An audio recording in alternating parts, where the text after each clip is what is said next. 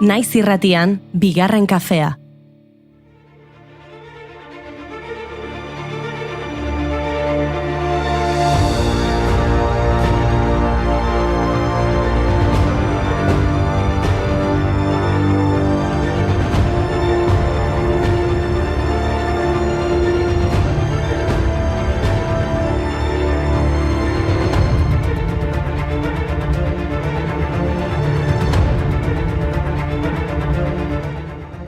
Arratsaldeon, hasiera eman diogu urteko 24. asteari.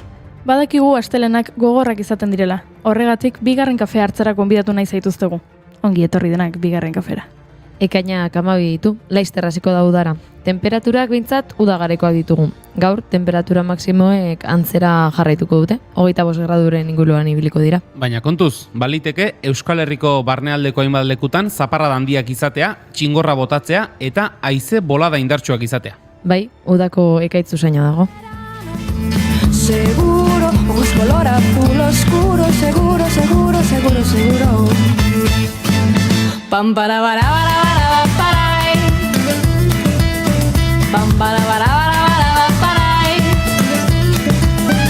Hace un par de días la vi por la calle la vi pasar. Hace un par de días la vi por la calle la vi pasar. ¿Dónde irá? Ay, ¿dónde irá? ¿Dónde irá la felicidad? ¿Qué buscará? ¿Y qué buscará? ¿Qué buscará la felicidad? Huele a tormenta de verano, seguro, ojos color azul. La felicidad, zoriontasuna, badakizu zein den zoriontasunaren adibide nagusi bat. Egun hauetan, eskolarako bidean aurrek izaten duten poztasuna aurpegia. Ikasturteko azken egunak dira, azterketak eta etxerako lanak amaitu dira. Asko, hasi dira dagoeneko soiliko izetako eskola jasotzen. Bai, liburuak eta kuadernoak etxera eraman, oporretan ikusiko ez dituzun lagunak agurtu, irakaslei irailera arte agur esan, ikasturteko azken egunak jolaserako izan ohi dira. Tira, aurren egun guztiak izan beharko lirateke jolaserako. Horregatik gaur, ekainaren 12, aurren lanaren aurkako mundu eguna da. Nazioarteko lan erakundeak 2002az geroztik ospatzen duen eguna da, aurren lan esplotazioari aurre egiteko sentsibilizazioa eta aktivismoa sustatzeko helburuarekin. Lanean jarduteko gutxieneko adinari buruzko 183. hitzarmena eta aurren lan mota okerren gaineko 182. hitzarmena sustatzeko ere balio du egunak.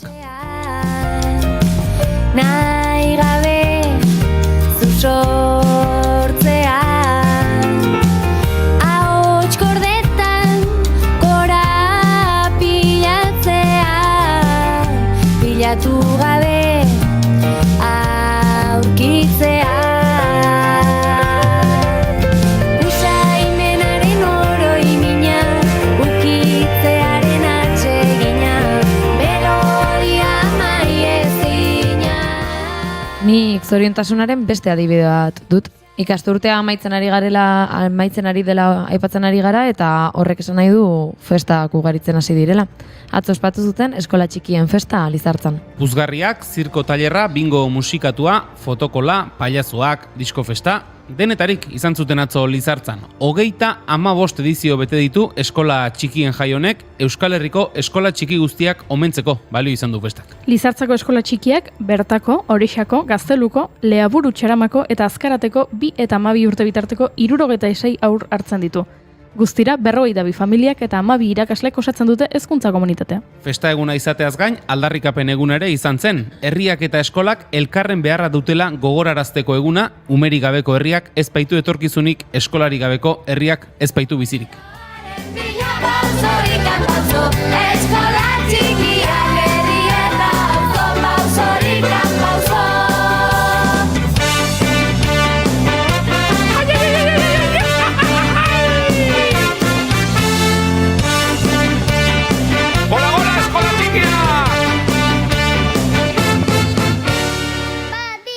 Festa Lizartzan eta festa Olarizun. Han egin zuten atzo Araba Euskaraz festa. Aurten bildutako dirua goraingo lautada ikastolako azpiegiturako betzeko baliatuko da. 5 elkartea omendu zuten atzo. Aurten betetzen dituelako 40 urte euskara hutsean egindako sinonimoen lehendabiziko hiztegiak. Sinonimo ugari ditugu atzogo festan aritu zirenak gaur sentituko dutena azaltzeko. Nekea, ahuleria, nekadura, unadura, kantxakizuna. Nekea hasi, eskuak apurtu zaizki eta indarrak utzi. Usteltzen badago karga baduko oraindik, herrizarna sartzeko ezaigun elkarrekin. Baina asteburu batzean utzi eta gaurkoari begira jarri beharko gara. Gaurko egunez adibidez, Chick Corea jaio zen, Amerikako Estatu Batuetako jazz musikako piano jotzailea. 1960ko hamarkadan fusioko jazzaren sorreran parte hartu zuen Miles Davisen taldeko kide gisa eta 1970ko hamarkadan genero horretan egindako lanagatik egintzen ezagun. Return to Forever taldea sortu zuen beste virtuoso batzuekin 1971ko amaieran. 1980 eta 1980 urteetan beste musikari askorekin elkarlanean jarraitu zuen, Gary Barton eta Paco de Lucia musikariekin adibidez. Herbie Hancock eta Keith Jarrettekin batera azken hamarkadetako pianistarik onena dela esaten diot. Jazzaren hainbat ereserki konposatu zituen. Spain, 500 Miles High, Armando's Rumba, La Fiesta eta Windows besteren artean.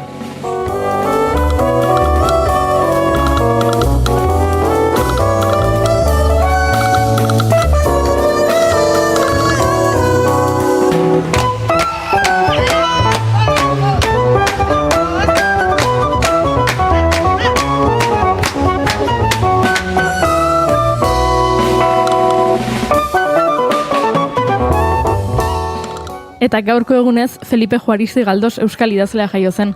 Poeta gisa da batez ere ezaguna, eleberriak eta ipuinak kaleratu baditu ere. Hainbat sari eskuratu ditu, horien artean bi aldiz jaso du Euskadi saria. 1988an Galderen geografia poema liburuarekin eta 2000 urtean Aurreta gazteen literaturaren alorrean Animalien inauteriak liburuarekin. Eta gaurko egunez jaio zen Joseba Gabilondo idazlea ere. Berak 2014an lortu zuen Euskadi literatura saria euskarazko saiakera modalitatean. Jatorriz ingelesez idatzitako lehen euskal literaturaren historia argitaratu zuen 2016an, Before Babel, A Story of Basque Literatures. Eta egun Michigan Estatuko Unibertsitatean irakaslea da.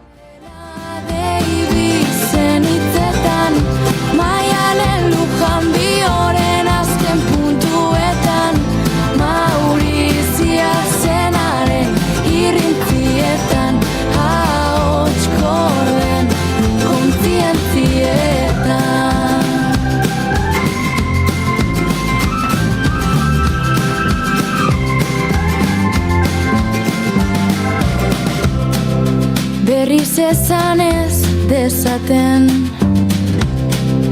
ez dagoela denon eskuetan, gizartearen arazoa den ardura komun den honetan. Guk Amerikako Estatu Batuetara joan behar dugu baita ere, ez ordea Michiganera. Gaur Nevadara gerturatuko gara. Renoko Unibertsitateak bertso eskolak Basque Improvisational Poetry Schools liburua argitaratu baitu. Maialen Lujanbio, Miren Artetxe, Oiana Iguaran, Jon Euria eta Julio Soto bertsolarien hitzaldietatik abiatuta egindako lan plurala da. Xabier Irujok, Larraitz Ariz Navarretak eta Iñaki Arrietak batu dute lana eta gaurkoan Xabierrekin hitz egiteko aukera izango dugu. Bestetik Larrunpikabea Goizu eta argazkilariak kontatuko digu kamera eskuan bizi izan dituen abenturak. Eta Beita websaila ezagutuko dugu. Ekainaren 25ean estreinatuko da 15 minutuko 8 ataleko telesaila. Sexu eraso bat izango du abiapuntu. Eta gehiago jakiteko Daniel Teran eta Amalen Perez de Arenaza izango ditugu gurean. Horixe, astelena dela, batzuek puntu bat dutela, gu ederki gaudela, ekainak 12 dituela, eta gaur astelena dela. Ongi etorri, bigarren kafera.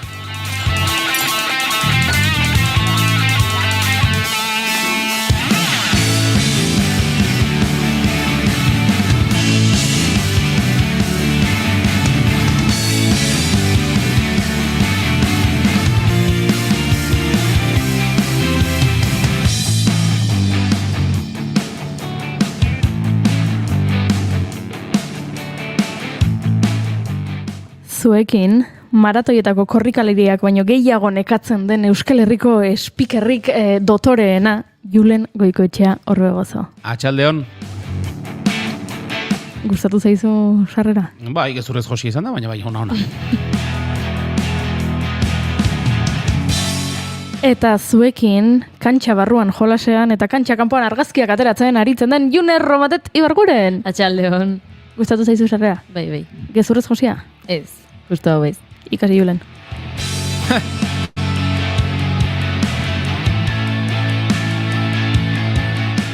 Eta ni Goiuri ez izaren dian hauze. Ongi etorri bigarren kafera.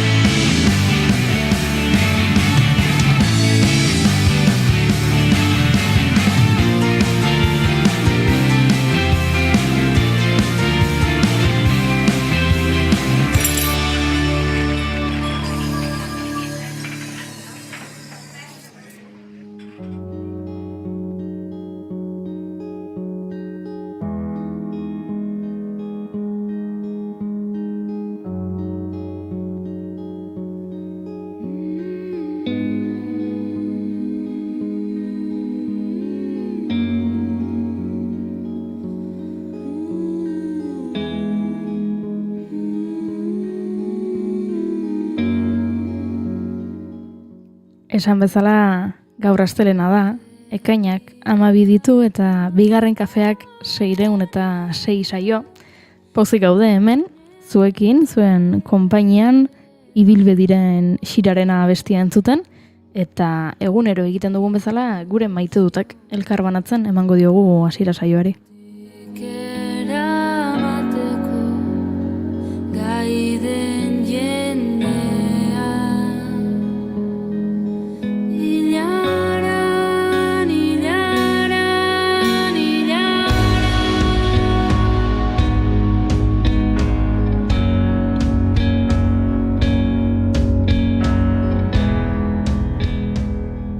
Eta oso abesti aproposa aukeratu dugu, maite dutetan murgiltzeko izan ere, nik kontatuko dizuet nere maite duta. Oso ondo. Ikusi dut Txio herrian, abildua Akli Mateosek idatzitako honako txioa. Ohean nagoela, sabaiko beluxean euritantak entzuten dira. Halako batean, 3 tantak beira jo dute. Kax, kax, kax. Leioa irekitzekotan izan naiz.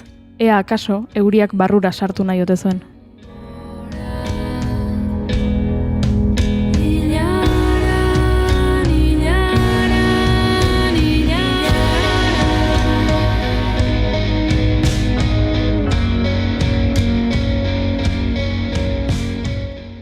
Zoragarria iruditu zait, agian neuk ere pasadu dalako gaurko gaua euria entzuten, baina oso politia iruditu zait idatzi duena, eta, bueno, horixe, zuekin elkarganatu nahi nuen, eta horixe den ere gaurko maite duta. Oso ondo.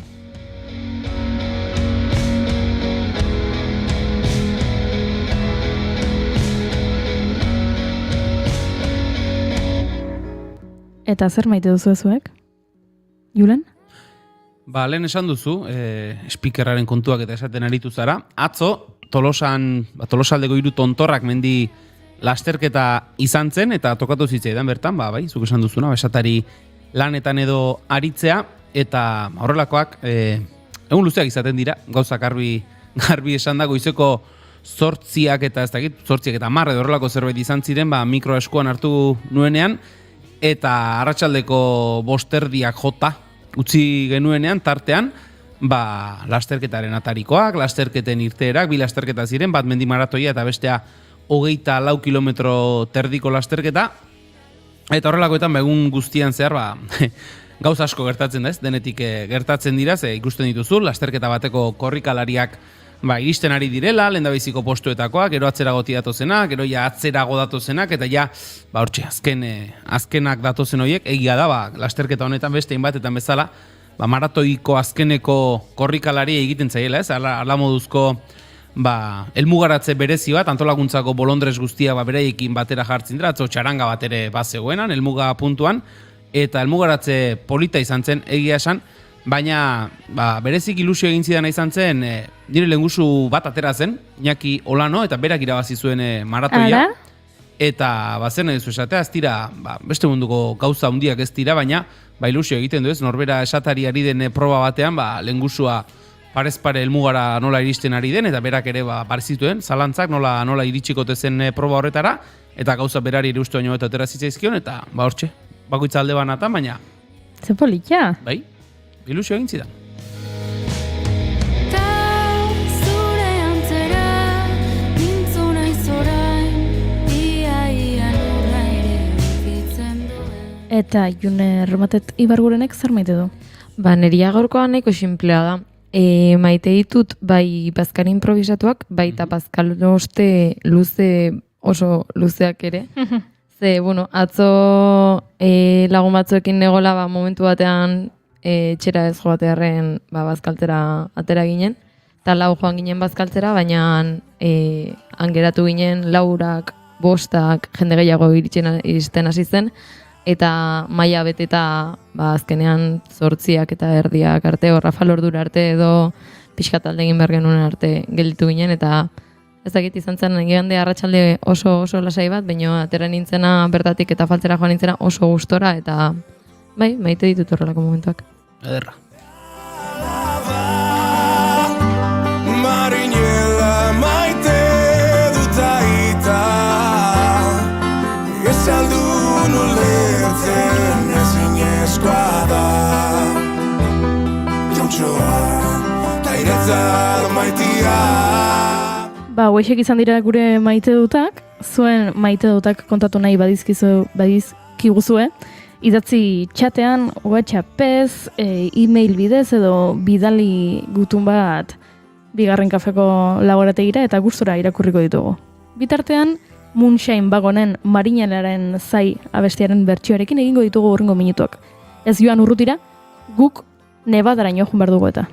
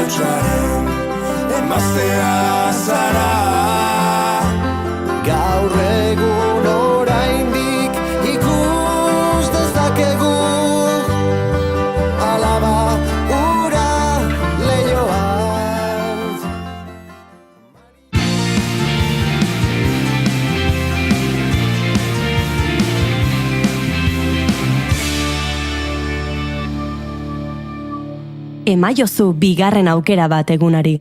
Naiz irratian, bigarren kafea.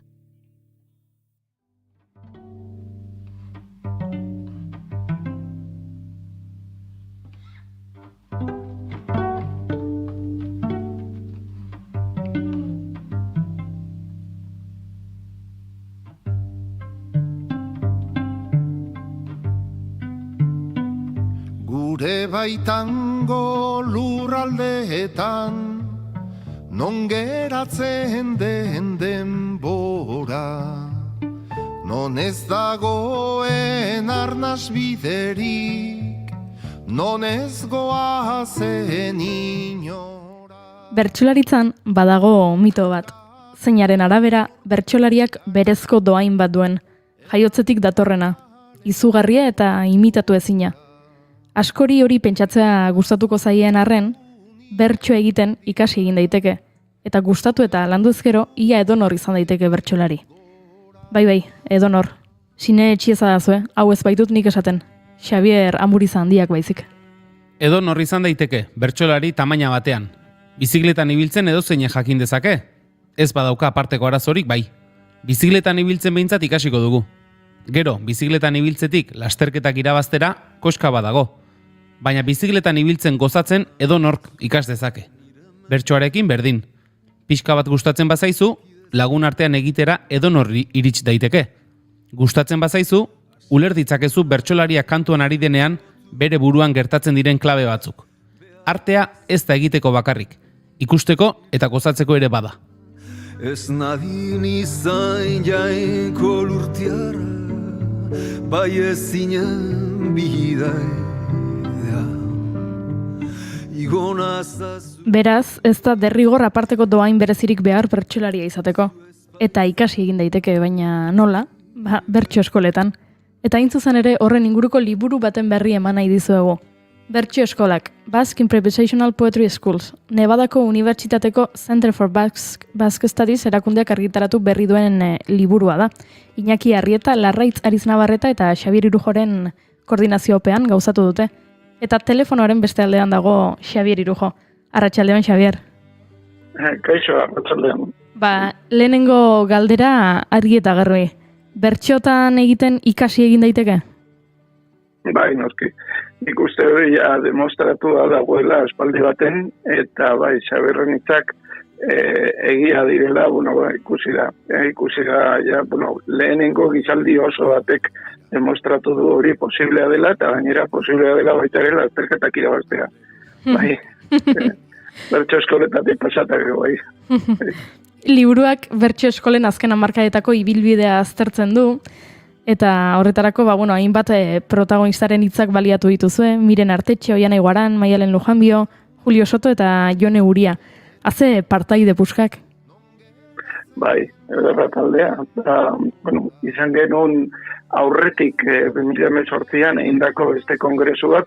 Hasieran, Renoko Euskal Ikargune honetan ikerketa zentua izanik, horreti abiatzen gara Euskal Kulturako beste auzo edo beste izkina batzuk ikartzen ez, eta bertsolaritzari zail oso bat eskaintzea erabaki denun 2017 horretan, eta lehenengo kongresua erabaki denun izatea Euskal Emakumezkoaren borroka, eskubideen aldeko borroka, Euskal Herrian bertsolaritza esparru honetan ez.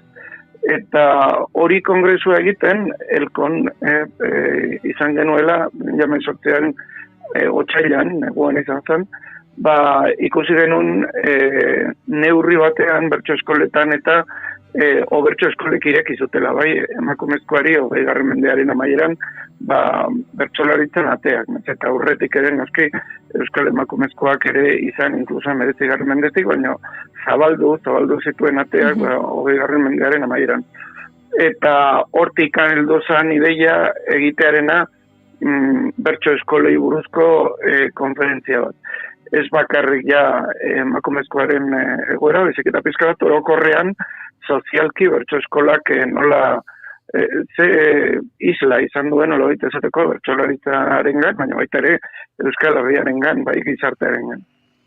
Bigarren kongresu hori 2020ko apirilean egin behartzen duten, baina badakigu zer gertatu zen hilabete haietan eta urte haietan, eta pandemiak planak zapuztu zituen, eta azkenean 2023ko apirilean gauzatu ahal izan zenuten, okerez banago?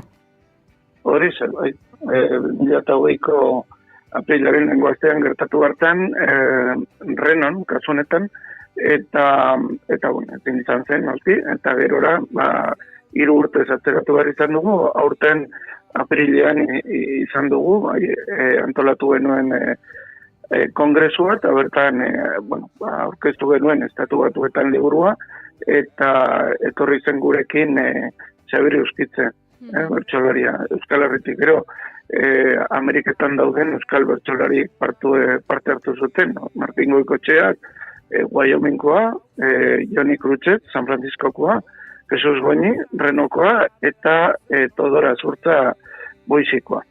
Eta hemendikan ere Euskal Herritik Larraundik, hain zuzen ere, etorri izan Beltxaren bikotea taldeko bikote bat, eta haiek musika jarri zuten, hortaz Euskal Festa egin genuen, eta, testu inguru horretan liburu aurkeztu.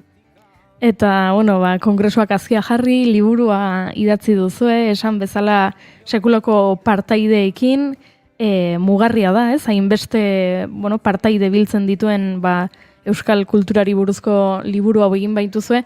Zaila izan da, hau guztia koordinatzea?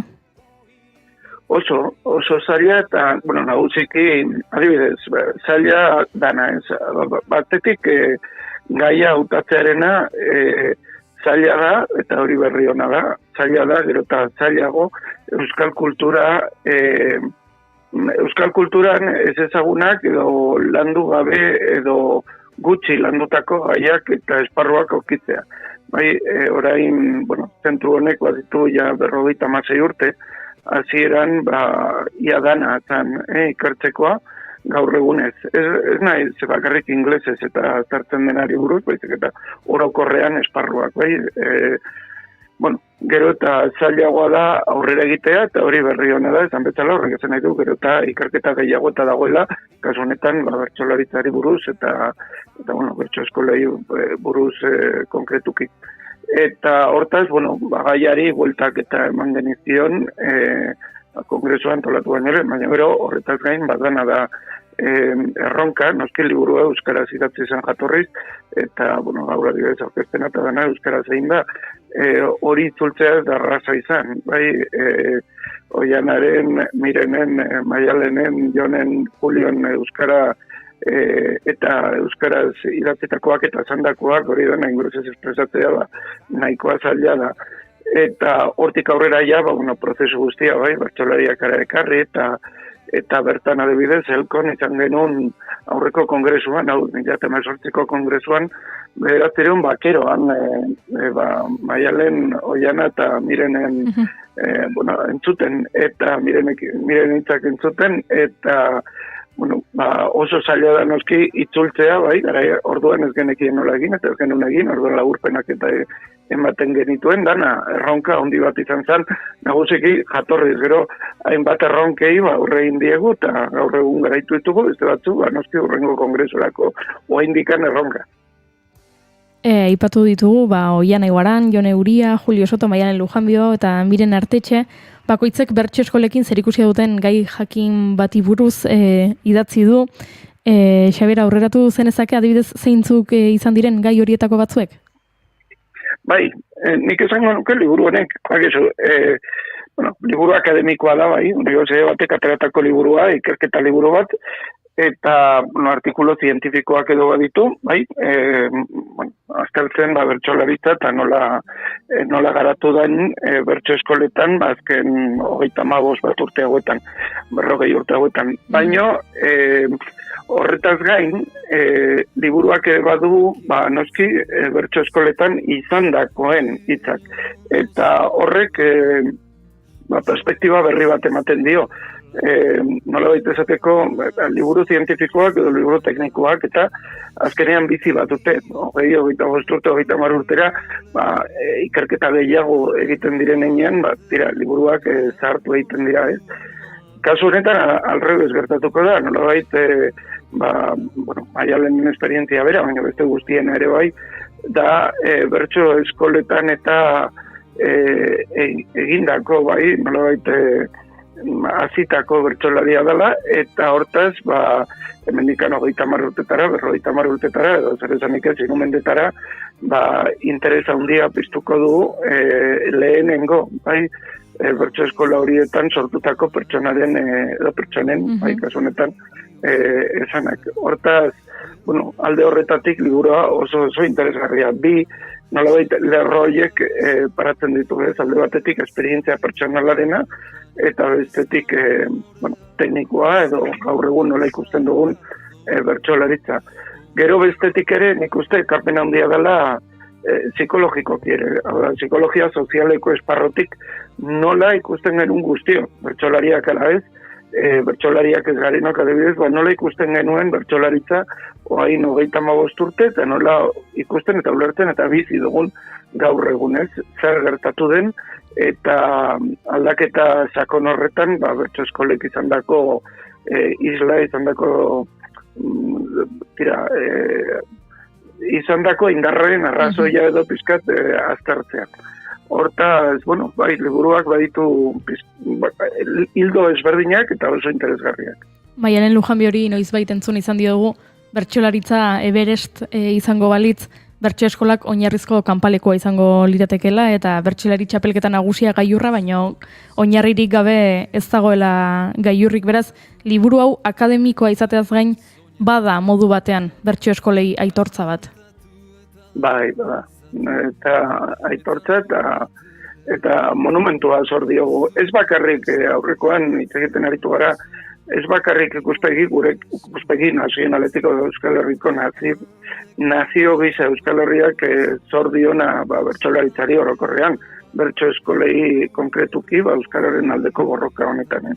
Borroka luze eta nekagarri honetan, baizik eta balioen zabalkundera, da, bertsolaritzak baliotan oinarrituta dago, mezua hor dago, mezu literarioa bai, eta mezu horiek zabaltzen lagundu ditu, eta hori neurri batean, esan betzala, bertso eskolei zor diegu, hortaz, baita ere sozialki ere, bertso eskolek izugarrizko zabalkundea gure kulturaren zenbait ez bakarrik ideia, baizik eta kontzeptuak, eta zabaltzen bai lagundu ditu, eta hori importantea da oso.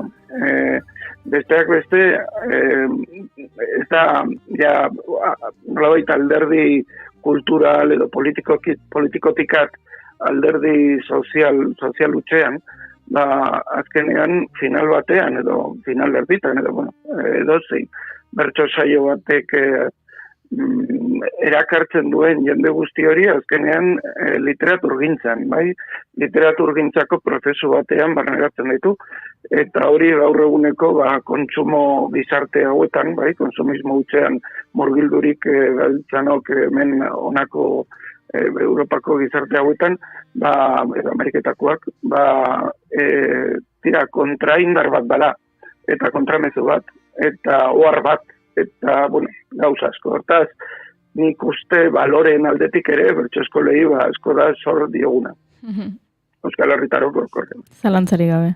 Aresti grabatu, letek bizigaia izar bilakatu, lurde siriondo, ez balitz ausartu, izebak ez balit zintaura pasatu, ez balitz ertzainak, ez balitz kortatu, Lujanbio ez balitz Maialen eratu, Salvador ez balitz txistutan altxatu. Eta ari gara liburuaz, baina ez du aipatu non egongo da eskuragarri?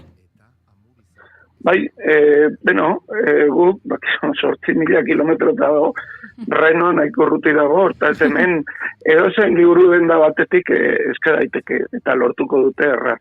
Baina badugu gure web orria eta gure web orrian ere zuzenean eros daiteken liburua da. Horretaz gain, adibidez, aurreko liburua, 2018ko kongresuarena hori da Female Improvisational Poetry izango zen emakumezkoaren ahotsa, bai, bertsolaritza, euskal bertsolaritzan, hori eskuragarri dagoia gure repositorioan. Repositorio badugu gordailu bat, eta bertatik doain deskarga daiteken liburua da. Munduko edozein puntatik, eta izan ere munduko edozein puntatik jaitsi daiteken liburua bada literalki hau da. Titulo bakoitza igual 2000 aldiz, jaisten da urte bakoitzeko, eta denetatik dugu Hong Kongetik, Senegaletik, Etiopiatik, Argentinatik, munduko punta guztietatik deskargatzen dira liburu hauek. Orduan, hau oraingo zorre hongo da, bai, gure web orrian eta hasiko da baita ere egoten Euskal Herriko liburutegi, zenbait liburutegitan, Iruñan, Donostian, Gasteizen, Bilbon ere, baina eta gero iparraldean, baina bi urtetan edo egongo da eskuragarri gordailu horretan, bai, errepositorioa, Nevadako Unibertsitateko errepositorioan.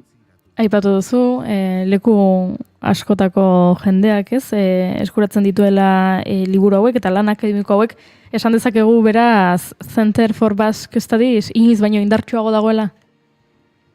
Hombre, hoi ez dakit, inoiz baina indartxu bai, eta lan egiteko horrekin bai, izan ere, hau liburu aurkeztu eta amaitu dugunean kongresu hau jagode urrengo kongresuaren gaiaren inguru gogoeta egiten, eta noski espero dugu 2025 hor Laponian egotea, beste proiektu batekin ikustera, bai, orain hori gauzatzen dugun gai garen hori gauzatzeko, hain benetan indartxu gauden edo ez, baina bai, lan egiteko gorekin bai, eta jarraituko dugula, bai, euskal kulturaren inguruko, eztabaida honetan eta ikerketa honetan, baita aurten, beti egiten ditugu, bai, liburu batzuk aurkeztu, baditugu 2 edo 3 liburu aurten oso harro gaudenak, batetik dago hau, bestetik independentziaren aldeko mugimenduak Euskal Herrian eta Katalunian, hori baita ere kongresu baten ondorioa da, eta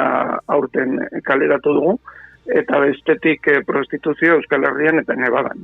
3 liburu horiek beste asko, beste 12 bat liburu ateratzen ditugu urtero, horiek dira aurtengo 3 liburutatik, liburu guztietatik 3.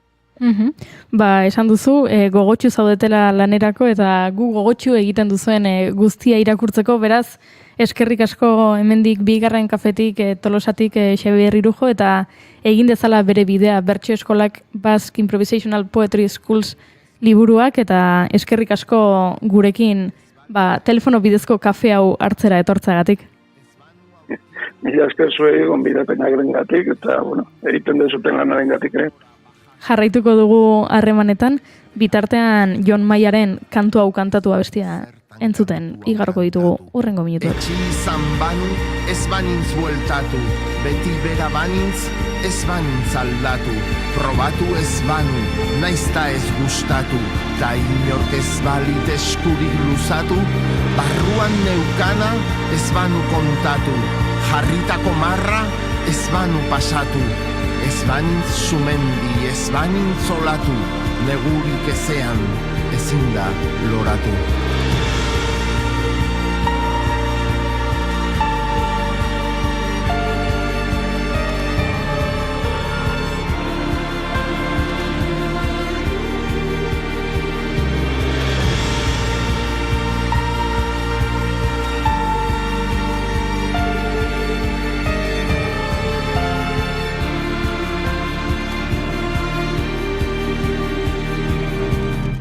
Zein da Lauaxeta ta García Lorca, Cesare Pavese ta Peio Errota, Bilintxa Jamonte, Bertolt Brecht, Zortziko Txikia, Jijopa, Gaztetxea, Plaza, Bertsoa, Roka, batzen dituen bizipen puzlea, lotzen dituen soka, alabak, lana, borroka, ta asteburuero, herrien errota, ondarru, arantza, zestoa, algorta.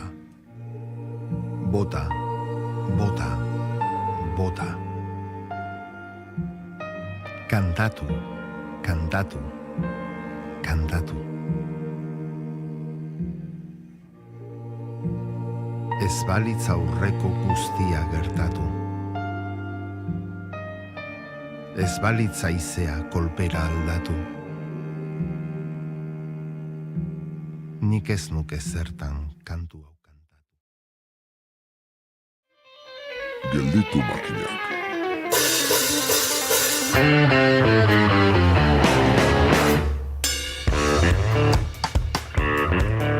Pasaden asteko eurite lokalizatuek ibaien lehen eratzea zizketan harrapatu gintuzten. Ondorioz, temperaturen gorakadak zertan harrapatuko gaitu? Bada zentral hidroelektriko txikien garaikidetasuna zizketan.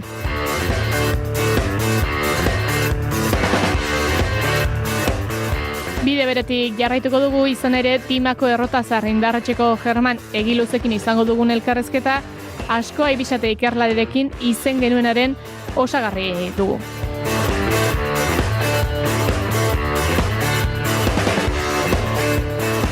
Jarraian berriz, Arantxa Idieder kolaboratzaileari irikiko diogu Konpuerta, Ubidea eta nahi duen guztia txirrindola elkartea ezagutaraziko baitigu Peñat Blázquez kidearen bidez.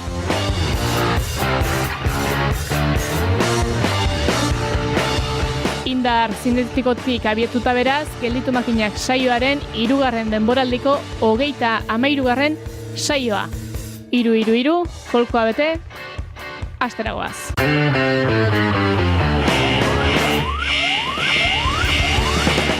Jada entzungai duzue Gelditu Makinakeko azken saioa, gure webgunean eta podcast plataformetan.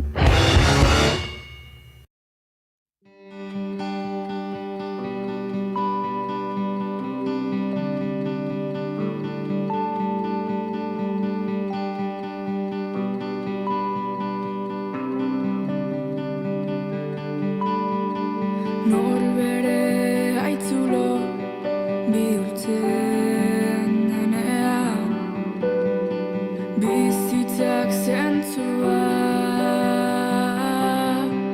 galtzean, zuek bide iluna argitzeko iparrizarra. Urtebetetzeetan opariak jasotzeko ohitura dugu, hemen Euskal Herrian behintzat. Batzuetan konpromisoz erositakoak izaten dira, baina besteetan, besteetan. Opari batek gure bizitza alda ezake. Izan daiteke musikari bati oparitutako gitarra, edo abeslari bati oparitutako mikrofonoa, edo eguneroko bat.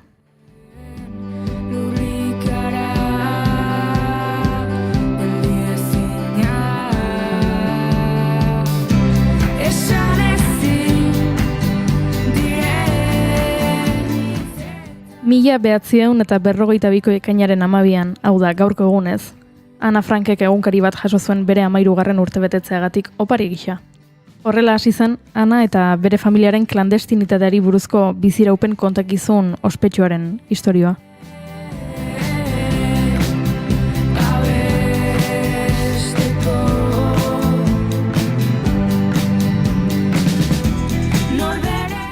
Anak 1944ko abuztuaren batera arte idazten jarraitu zuen. Hilaren 4ean harrapatu egin zituzten. Bere idatzietan naziengatik ezkutatzen ziren gela sekretuetako bizitza deskribatzen zuen. Baina ez hori soilik. Neska gazteak bere inguruan gertatzen zen guztia eta baldintza haietan bizitzaz zuen pertzepzioaren bilakaera interpretatzen zuela ere adierazten dute idazkiek.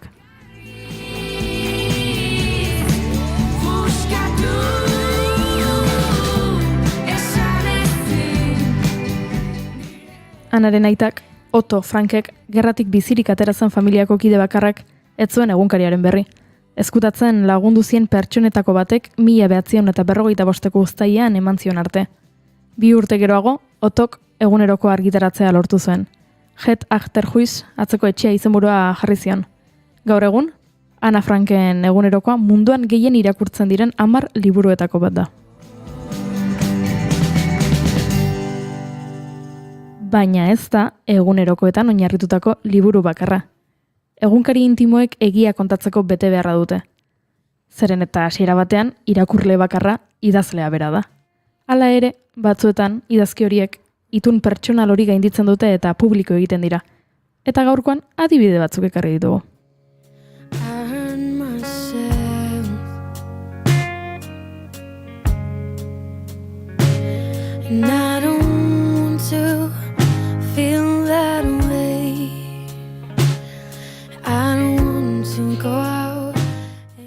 Diarios, Alejandra Pizarnik.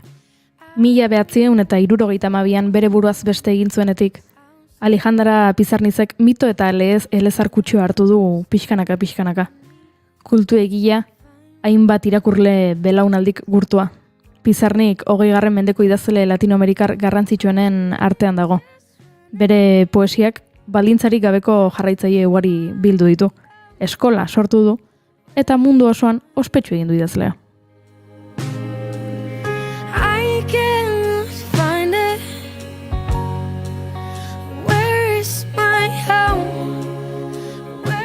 Ana Bekiuk, poeta argentinarraren obrako espezialista nagusiak, jatorrizko egunkarien aukeraketa bat egin zuen, egilaren pentsamendu literarioaren funtsezkoena argitaratzeko.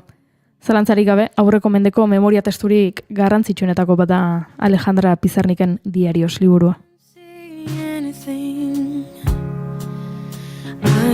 falling.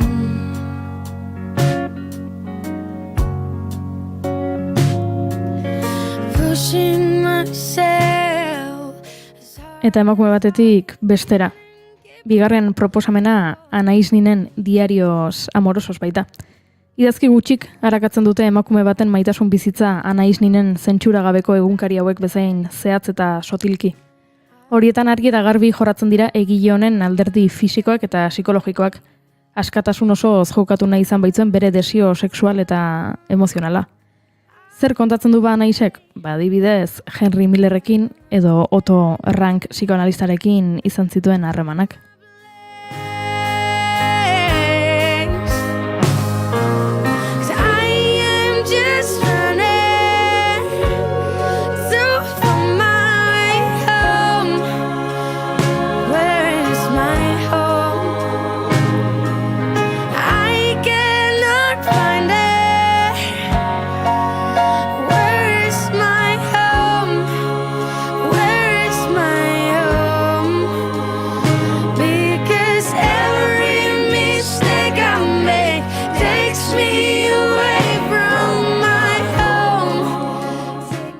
Baina Anais Ninek liburu horietan sexua zaratago beste gai batzuk ere landu zituen, adibidez Espainiako Gerra Zibila.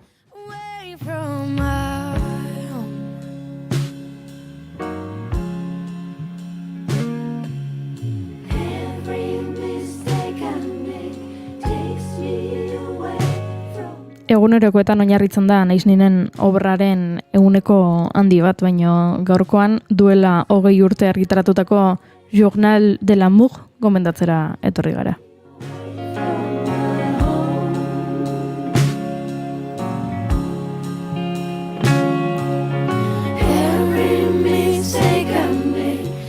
Beraz, Ana Frank, Pizarnik eta Anais Nin aipatu ditugu, baina gurean zer?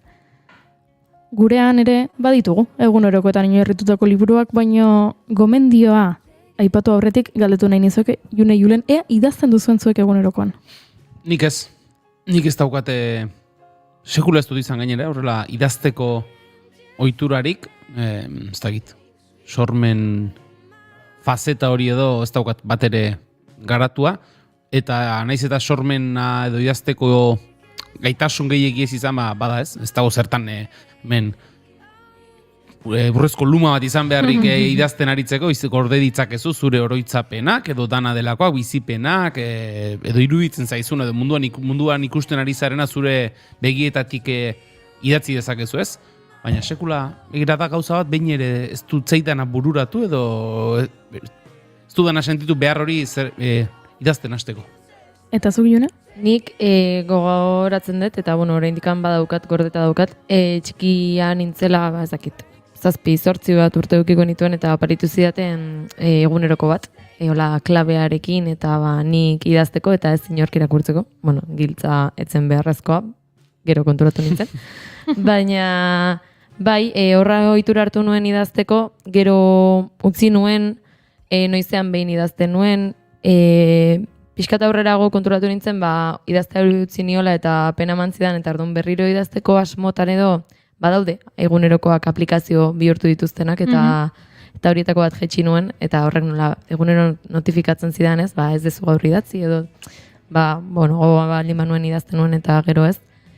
Eta azkenean gehiago iritsi naiz nahi dudanean edo behar dudanean idaztera, eta oroitzapenak gordetzeko edo argazkiak egitera.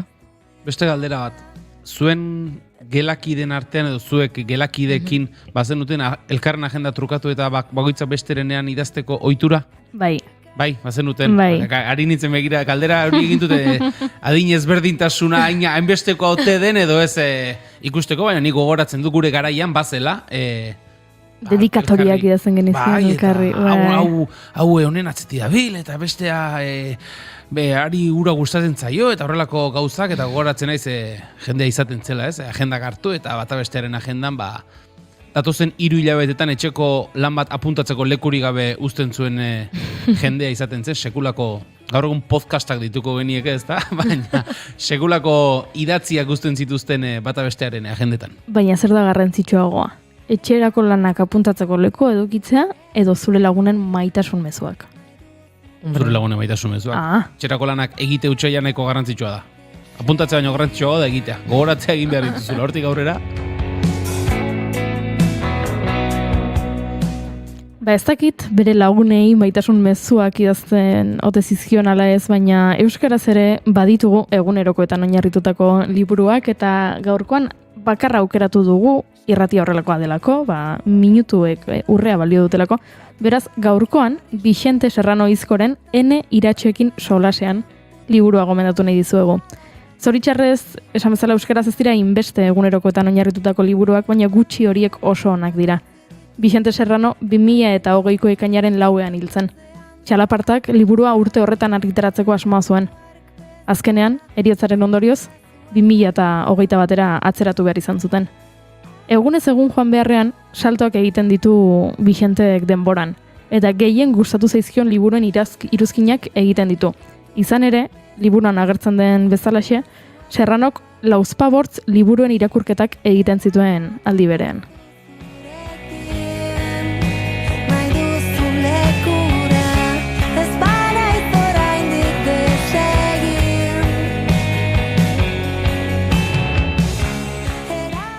Beraz, ona hemen, gure gomendioak, espero dugu zuen gustokoak izatea, eta, sustatzen balin badugu gure entzulen artean egunerokoa idazteko ohitura asko hobeto, ze agian zuen egunerokoa noizbait liburutegietan topa dezakegu. Si cuando te contemple, proclamándote diosa, o cuando te observes, confesándote humana, confesándote humano.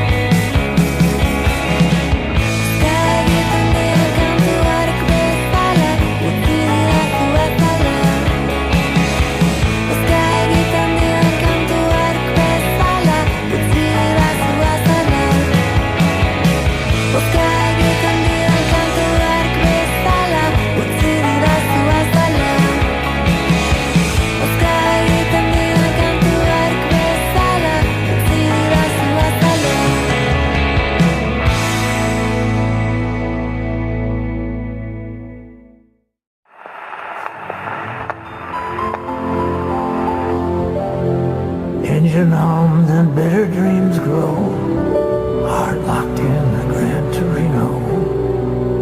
It beats a lonely rhythm. Gramofonoa. Estitzu Pinatxorekin. It beats a lonely rhythm all night long. It beats a lonely rhythm. Zinema aipatu dugu, eta orain 7. arte gisa deituriko horretan, dituen urte guztiak oztopo izan gabe, Hollywoodeko izar izaten jarraitzen duen gizon bat. Gaur urteak betetzen ari delako baita ere Clint Eastwood, kantu honen egilea, eta hasierako zati honetan ahots urratu horrekin aditu duguna. Gran Torino pelikularako idatzitako abesti eder honetan Jamie Cullum laguntzarekin. Realign all the stars above my head. The warning signs travel far.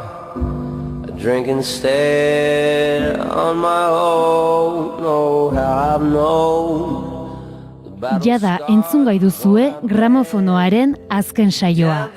Gure webgunean eta podcast plataformetan. Gran Torino. Whistling another tired song.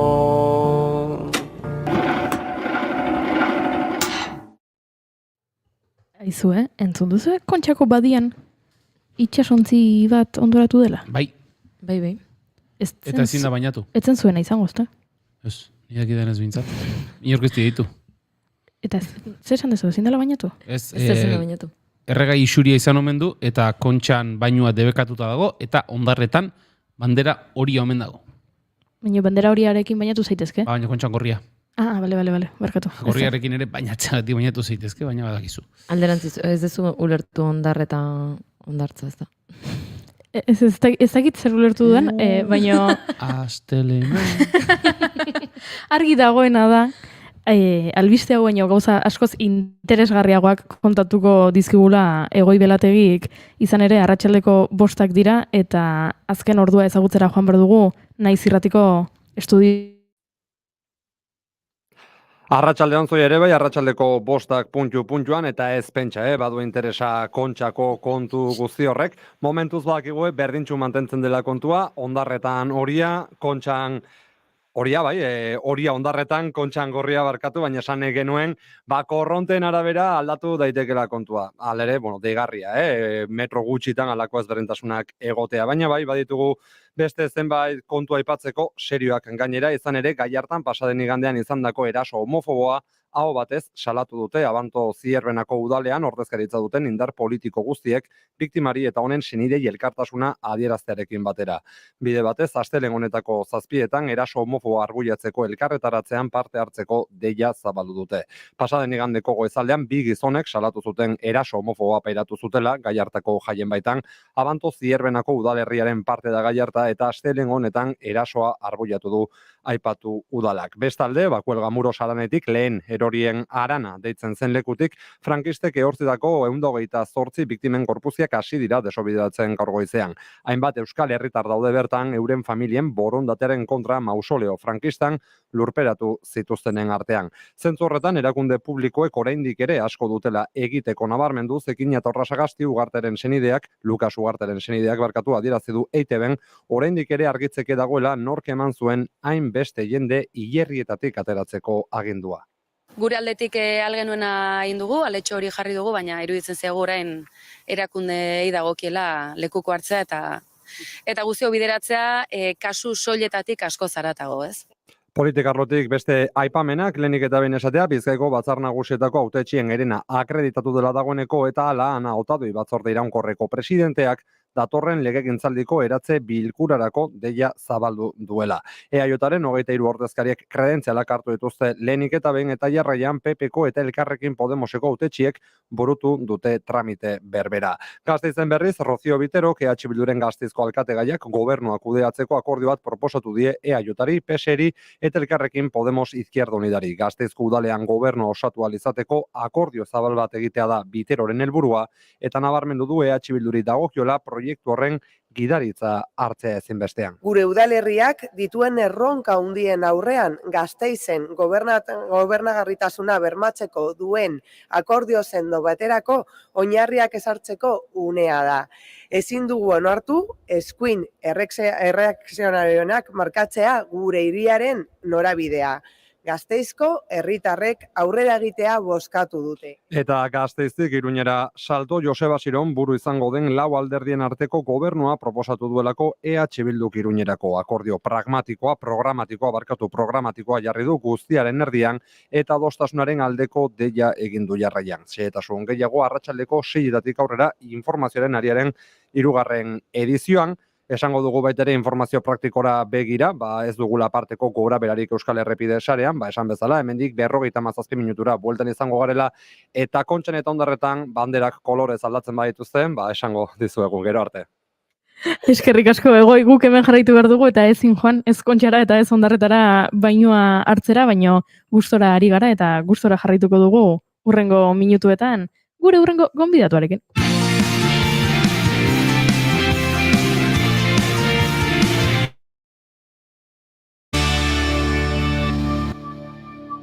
Bigarrenak ez direlako beti okerragoak, bigarren kafea.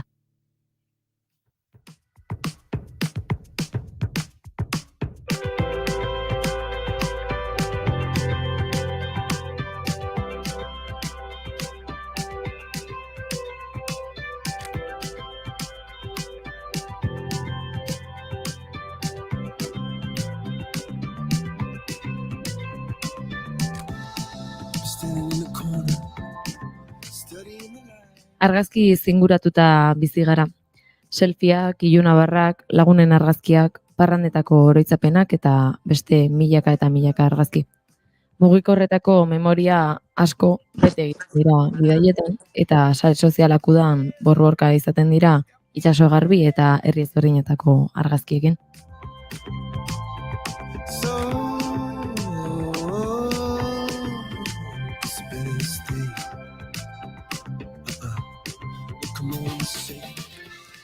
Beste batzuei ordea kameretako memoriak betetzen zaizkie.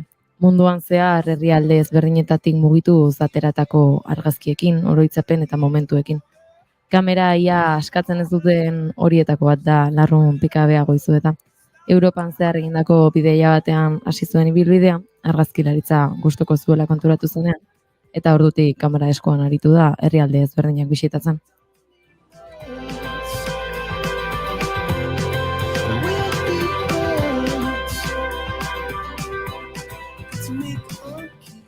Berlin, Istanbul, Bukarest, Bruselas eta beste toki batzuk topatu ditzakegu bere argazkien artean. Eta gaur ezingo dut Tolosara etorri, hegaldiak ez daude zuzenean hona etortzeko, baina bigarren kafean izango dugu Bruselasdik. Larrun Pikabea Goizueta, arratsaldeon. Kaixo, arratsaldeon. Bueno, lehenengo galdera bota nahi nizuna zen, ea kameretako memoriak beteta eukitzen dituzunetakoa izaten zera.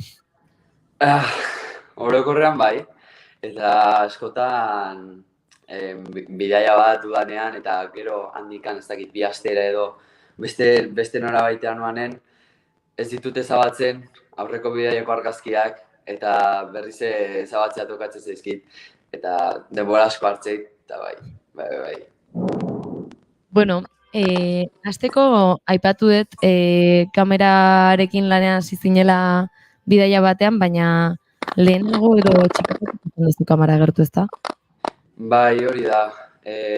Oroitzen naiz, ez dakit, 6-7 urte nituela gutxi gora bera, amak beti kamera bat eramatezun, eta egunen batian hartu nun amaren kamera, eta hasi nintzen argazkik ateatzen, eta ama jabetu zen, nuela zerbait, edo ikusten nuela mundua beste modu batera, eta kamera bat oparitu zian.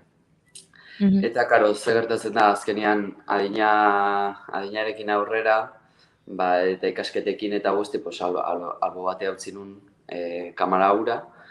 Eta 18 urterekin lagun batekin batera, erabaki nun bidai bat egitea Europatik barra, 4 herrialde bisitatuz, eta kontuatu nintzen behar nuela argazki kamera egoki bat. Eta gustatzen zitzaidan nire esperientziak eta momentuak eta uneak argazkiak ateatzea une horiei. Eta kamera bat erosi nun, eta pixkanaka evoluzionatzen jo naiz, eta bidai berriak egiten, eta lagun berriak ere bai, eta argazki pilo bat atera ditut egia esan. Eta, kamera bat erosi daiteke, baina gero erabiltzen ondo ikasi behar da, eta argazkiak ikusi egin behar dira, nola joan zea ikasten? Zure kabuz izan da, edo? Hasiera batean, hasi nintzen nire kabuz, baina jabetu nintzen, nuela oso ondo ulertzen, nola kontrolatzen zen kamera, eta, estraeskolar batzutan apuntatu nintzen. Baina, egia da, gaur egun 180 nire kabuz ikasi dudala, bai edizioa, bai kameran ajusteak eta guzti. Eta asko ikasiet YouTube esker. YouTubeen dituzu argazkilari piloak mundu mailan, naiz ingelesez, frantsesez, erderaz ere bai, eta ikasten duzu pilo bat beraiekin. Eta, ikasitako hori ikusi daiteke zure sare sozialetan biztazu bat botata, adibidez, hemen Euskal Herriko toki ezberdinetan argazkiak ateratzen nahi dituzteala, baina aipatu bezala munduan zehar ere ibilizea, zein izan zen lehenengo bidaia hori edo gogoratzen duzuna? Dena hasi zuena izan zen, esan dizudan bezala nire lagunakin inun bidaia Europatik barra, egin genuen Budapest, Viena, Praga eta Bratislava. Eta, bueno, gero hortikan aurrera evoluzionatzen jo naiz eta bakarrikan ere egin ditut nire bidaiak, nire kabuz. Eta egia da beste mundu bat deskubritzen duzula bakarrik bidaiatzen. Hori galdetu nahi nizun bakarrik, bidaiatuta kamera bakarrik konpainia izan da edo nolakoak izaten dira bidaia horiek, nola antolatzen dituzu eta nolakoak izaten dira? A ber, egia da pertsona ni gutxi gora bera 17-18 urterekin hasi nintzela lanean. Naiz taberna batian o beste enpresa batzutan, eta orduan karo, une bat edo oporrak nituen edozein momentu banekien Euskal Herritik ateako nintzala eta internetez edo sare sozialetan begiratzen ditun ze tokitara nintzen jun, eta noski, presupuestoan sartze zan dena, eta horrela jo naiz pixkanaka bidaiatzen. Bai. Gaur egun Bruselasen zaude, ezta, bizitzen? Nola iritzea bertan bizitzera eta, argazki asko ikusi daiteke bertan ateratzen dituzula? Begira, Euskal Herrin enpresa baten egon, eta iritsi zitzaidan beste lan eskaintza bat, hemen Bruselasen. Eta, esan nun, behar dut aldaketa bat, ez? Bizitza estilo desberdin bat, pixka bat Euskal Herritik atea, eta esan nun, kurrikuluma bialikoet, ez dut ezer galtzen gainera. Kurrikuluma biali, entrevistain zidaten, eta, ja hemen dara matzazkit 7 hilabete bizitzen. Ez aizu zen bidea ematen dazun, ni ere egon nintzelako, denborali batean Bruselan bizitzen, eta inbidiak jota nago hemen zuen zuten eta zure argazkiak ikusten. Eskerrik asko. Dun bizi zinean? Etxe aldatzen junitzen, baina azkenekoa Ixelen. Bira, ni Ixelesen bizi naiz. Gune jarraitu gereziketazekin, bestela hasiko gara ez gomendio, ez dakize parke eta ez dakize ertazizketan, eta horrela ezin da, eta gauza serioa da. Bai galdetu nahi nizuna da, ea badaukazun, ez dakit, gustatzen zaizun argazki motaren bat edo zure argazkietan begira hasten bagara pertsonei garrantzia ematen diezu, baina argia eta iluntasunaren arteko joko horrei ere garrantzia handia ematen diezu. Bai, egia da, ez dudala ere estilo bat espezifikoa, pixka bat probatzen nijoa, edizio mota desberdinak. Eta, askotan gustatzen zait, bidaiaren arabera. Azkenean, baldiman nijoa mendi batzutara, adibidez, Alpetara. Noskian, deigarriena dana, da natura, gazteluak, lakuak, mendiak. Baina gero aldiz, juten baldin bazea herrialde batera, Istanbul, bezala Turkian, zuri deigarriagoa ite zaizkizuna dia pertsona behaien aurpegiak, janzkera, gero ere bai mezkitak. Orduan bidaiaren arabera dijoa, noski.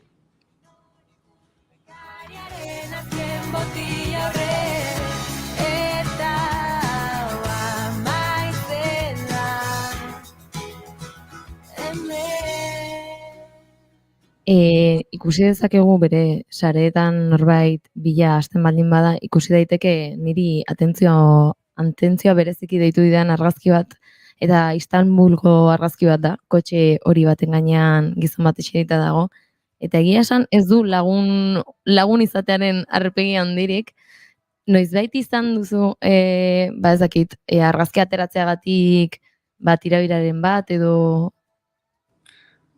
Justu argazki horretan. Justu argazki horretan, benetan. Kaletikan joan, eta ikusi nun gizon hura kotxean, eta esan nun, argazki bat atea behar diot, bai ala bai. Eta atzeko gizonak bai, kriston jokua emate jo. Eta, saiatzeza pixka bat disimulatzen ez, baina ikusi arbatuntzian argazki ateatzen. Eta kale guztitikan oiuk hasi zitzaidan, eta urbildu nintzen gizonan gana, eta esan nion barkatu, nahi baldin bazun borratuko nula argazkia, baina gero kontatu zen kanpotarra nintzala, eta esan zian lasai egoteko, etzela grabea. Eta hori da anekdota aukerrena, baina bai. Benetan dirudi Scorseseren edo Coppolaren pelikula bateko fotograma bat, egia esan. Eskerrik asko.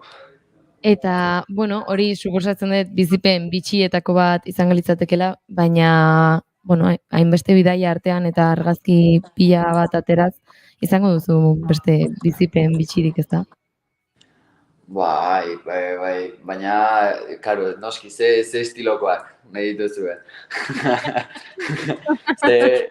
Ze bidaietan ez da bakarrikan bidaiatzen, parranda pixkate bai egiten da, orduan Hoi jakin nahi dugu, salseoa.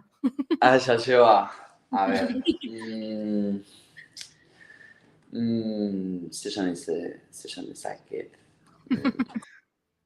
Baina kontatu daitekena bakarrik, sekreturik ez. Adibidez Turkian bertan, berriz Turkiarekin, Istanbulen.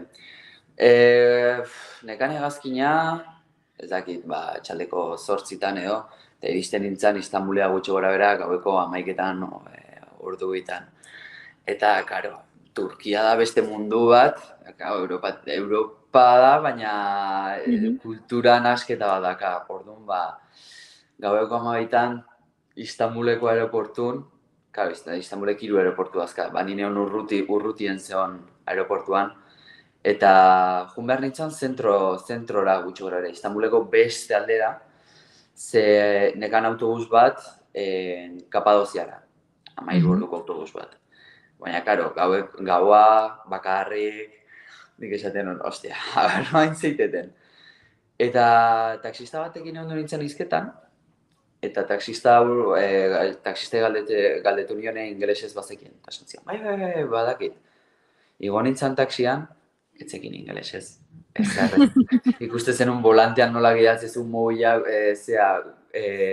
itzultzen mobiletikan, zesan naizian, zigarroak erretzen, eta iritsi ginean autobus geltokia. Karo, ze gertatzen da, ni Turkian neola erosi behar izan un tarjetasin bat, eta taxistari ordainu.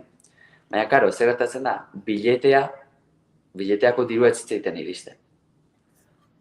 Orduan, karo, eskerrak taxista burak lagundu ziala bileteak erostea.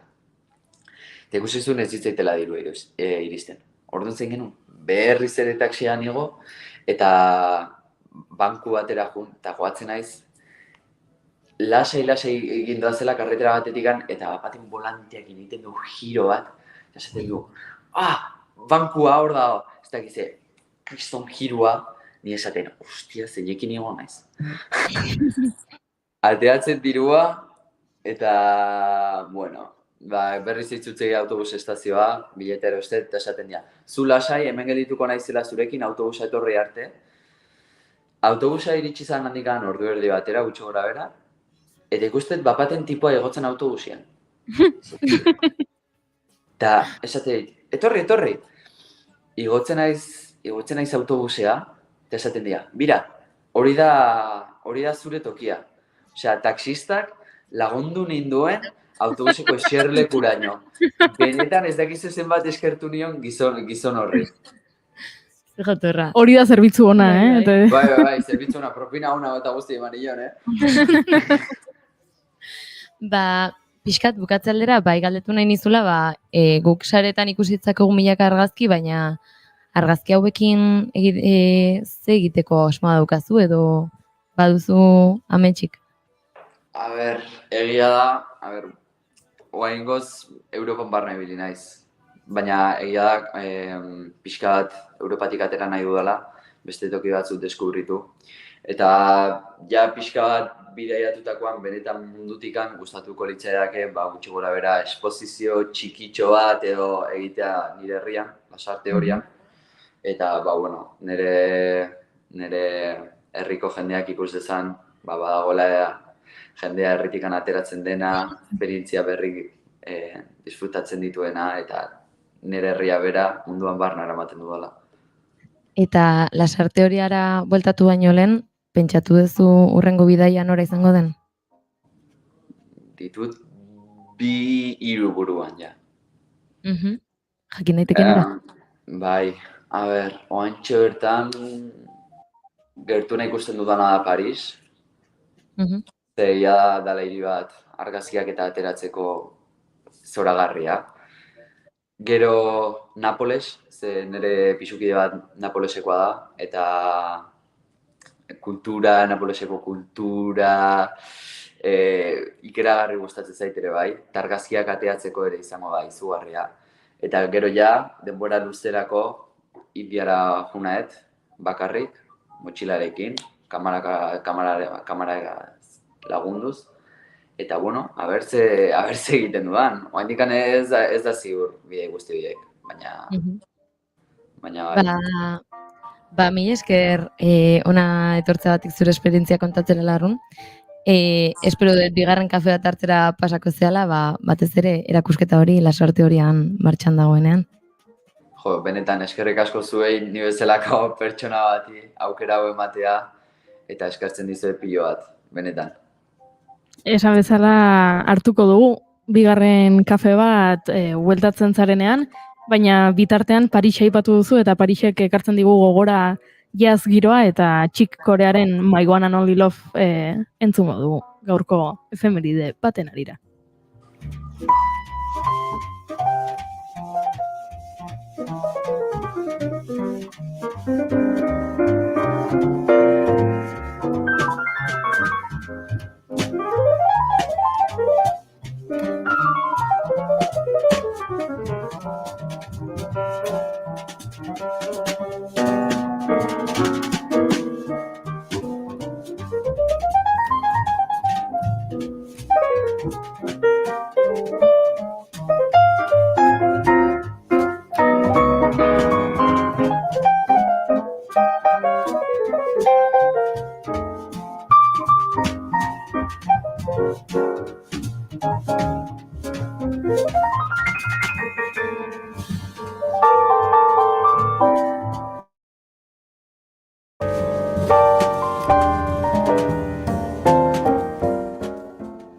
Esan duzu Goiuri, Chick Corea izpide hartu duzu gaur delako, bere jaioteguna, gaurko egunez, 1951 Chick Corea, bere benetako izena Armando Anthony Corea.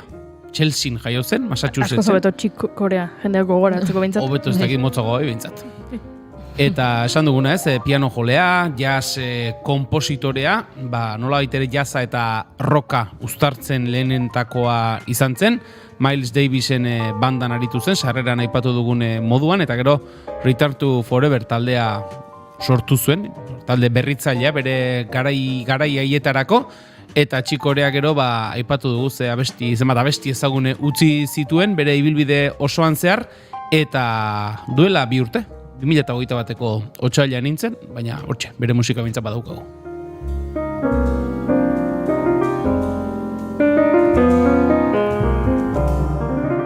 Hemendik hauxe gure omenalditxoa Chick Coreari. Ez dakitzu zer irakurri eta gomendio bila zabiltza? Uluka podcasta, naiz irratian, igandero 3:00. Literaturaz bai, baina ez da inbeste.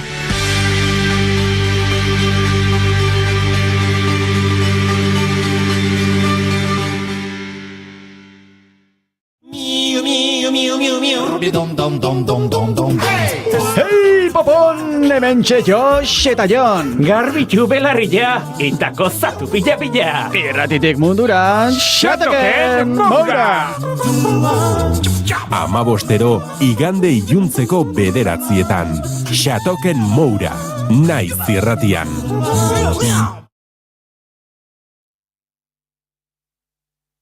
Zerke egiten zaitu gaiztoa beti zorrotza, garratzak zure hitzak, zenbat laino beltz, besarkada bat behar duzu baina kiratxa, jasan ezina da, bakarrik zaude, bere zuloak, malkotan errua ez duzu inoiz bilatzen zure etxean, sebe zuloan, ilunpetan ikuste zein omen da, zure zauria.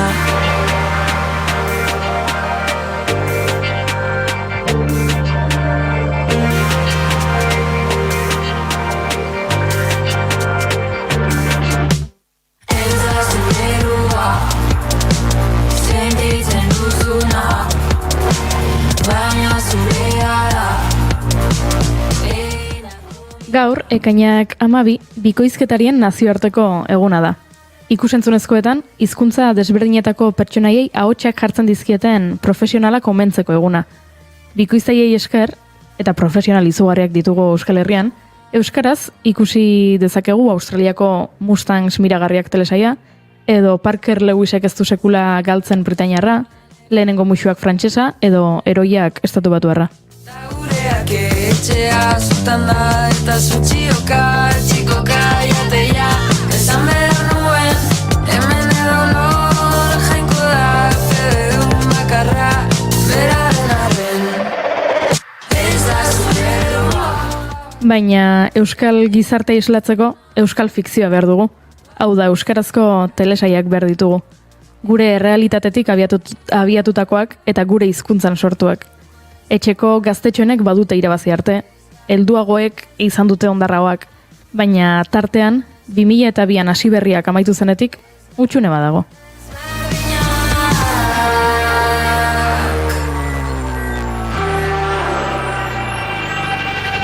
Ardilatzen herrian, ardilatzen erdian, ardilatzen herrian. Utxune hori betetzera dator beita websaia, eta gaur Danelteran eta Malen Perez de Arenaza ditugu gurean luze eta zabal telesaiari buruz hitz egiteko. Arratsaldeon bikote. Arratsaldeon. Oi, segundu bat. Hemen mikrofono bat itzalita dago. Aiene. Ardilatzen herrian, herrian de herrian, ardilatzen herrian, ardilatzen herrian, ardilatzen herrian, baina laku herrian, ardilatzen herrian, aitezkin herrian, gustoko ez dudanaren, ez garen desberdinak. Orain bai, arratsaldeon bikote. Orain bai, arratsaldeon. Arratsaldeon. Hasteko. Badaukagu data, badakigu noiz estreinatuko den, ekainaren 25ean izango da, oso gutxi falta da, gaur ekainak 12 da, urduri zaudete? Bueno, apurtxo bat bai, egizia esan da, apurtxo bat bai. Atzo iragarri zen data ofiziala ja, eta bageukan gogua baita, data iragartzeko, jazta azkenean iragarri da, eta bain bai atzera kontaketa hori hasi da, baina benetan. Ingurukoek ikusi dute osorik? Ez dakitagian amari edo anaiari edo norbaiti erakutsi diozue osorik? Ez, nik ez dakit, igual. Nik bai. Igual da nire kusten, baina ez, printzipioz izango da, hola, danontzat bombazo bastante handixa. Eta hori, urduri baina nik uste apura iago gotxu, jazta, hau da, induna oinarte, honetan egon gara urte bete eta piku, jazta, tio. Bai, nik aitortuko dut, bai, nik amatxori irakutzi xat, amatxori bai. Amatxo da, hola, begirada kritikuena edo dakona, eta bueno, estrenuan aurretik, amari irakustia ez dugu izki. Eta, zegunzko harrera? Ondo, oso ondo, asko mozu da, negarrazkoen jau. Bai, bueno, historitxako lagunketan dago horretan, egizia esan da. Eta bai, asko guztu isako. Ez da objektua danela matxuri. Ja, eski, hori begisa, ez da hausuritzi objektua. Kritikua, mi. Ja, bai, ez, egisa, amak, beti. Bueno, batzuetan izaten dira, gertukoenak agian zorrotzenak edo ez dakit akatsik egin ikusten dituztenak eta gero esaten dizute ez, baina zure hobe beharrez esaten dizut. Hori. Bai. Bueno, ziur naiz, 25ean beste guztiek ikusten dutenean Danelen amaren iritzi bera edukiko dutela, Bai, seguro bai, espero dugu. Sexu eraso bat jasan duen lagun baten historia du ardatzak websaiak, ez duzu erronka makala aukeratu. Hori abiapuntu gisa latza da.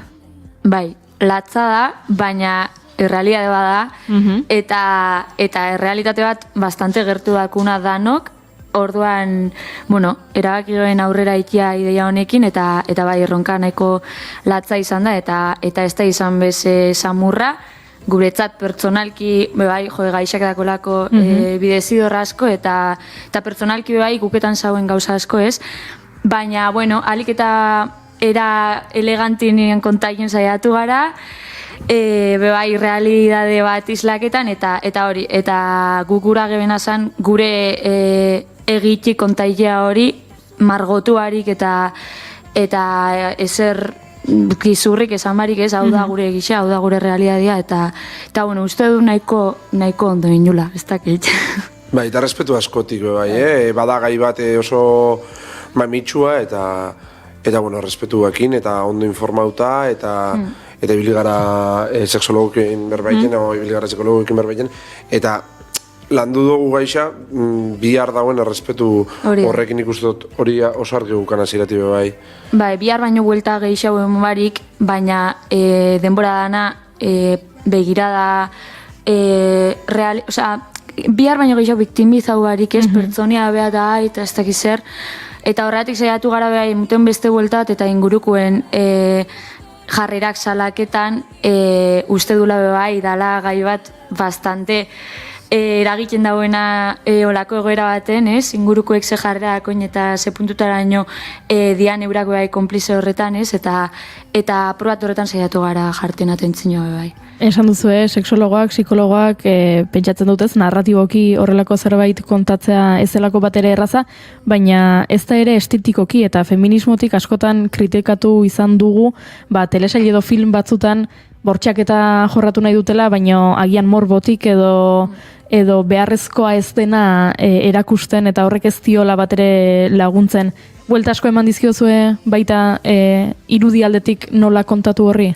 Bai, egisa zan da, hori lehen aipaketan gebena, saiatu gara oso errespetuzik eta oso zorrotz neurketan dana bai, hori, aipatu zu bai feminismoa, hortik bai asko behiketan saiatu gara, eta zagoneke baietz, eta gero morbona eta bai egisa da, eta pasaien da, eta telesail batzutan ikusi du hori, eta baita gura gabena purtsatu hortik urrindu, ze igual egisa beste telesail batzuk badakoila ardaz baura protagonista bea dala, erasotu izan dana, dala protagonista bea ez, eta, interesantia bete isakume bai, guazen hori kontailera, baina guazen baita kontailera inguruan ze pasaien den, ez, askotan horrek be, ostras, dako eragin bat, oso potolua be bai. Irakurri dugunaren gatik, aipatzen duzu ezuek, argitaratu dituzen prentsa oharretan eta lagunen jarrera ulergaitza aipatzen da, eta horretan oinarritu zarete, uste duzue telesail baten bidez aldatu daitekela hori, aldatu daitekela guk horrelako zerbait gertatzen denean edukitzen dugun jarrera? Nik uste dut aldatu baino behintzet behatu edo atentzio puntu bat hor jartia iteko klik bat hori iten lagunketia zigidala, apur bat zuek ikusi hau, danok eukidu inguruan hau, eta igual zuek hartu oso jarrera hau, eta ez du inundik inora gura bez hori salaketia gura du, baina guru bai esatea zuek hau askotan pasaien da, eta hori, ez dakit aldatuko eken guk jendean jarreria, baina, behintzet realitate puntu bat emun, ez? Eta, zuek ikusi hau.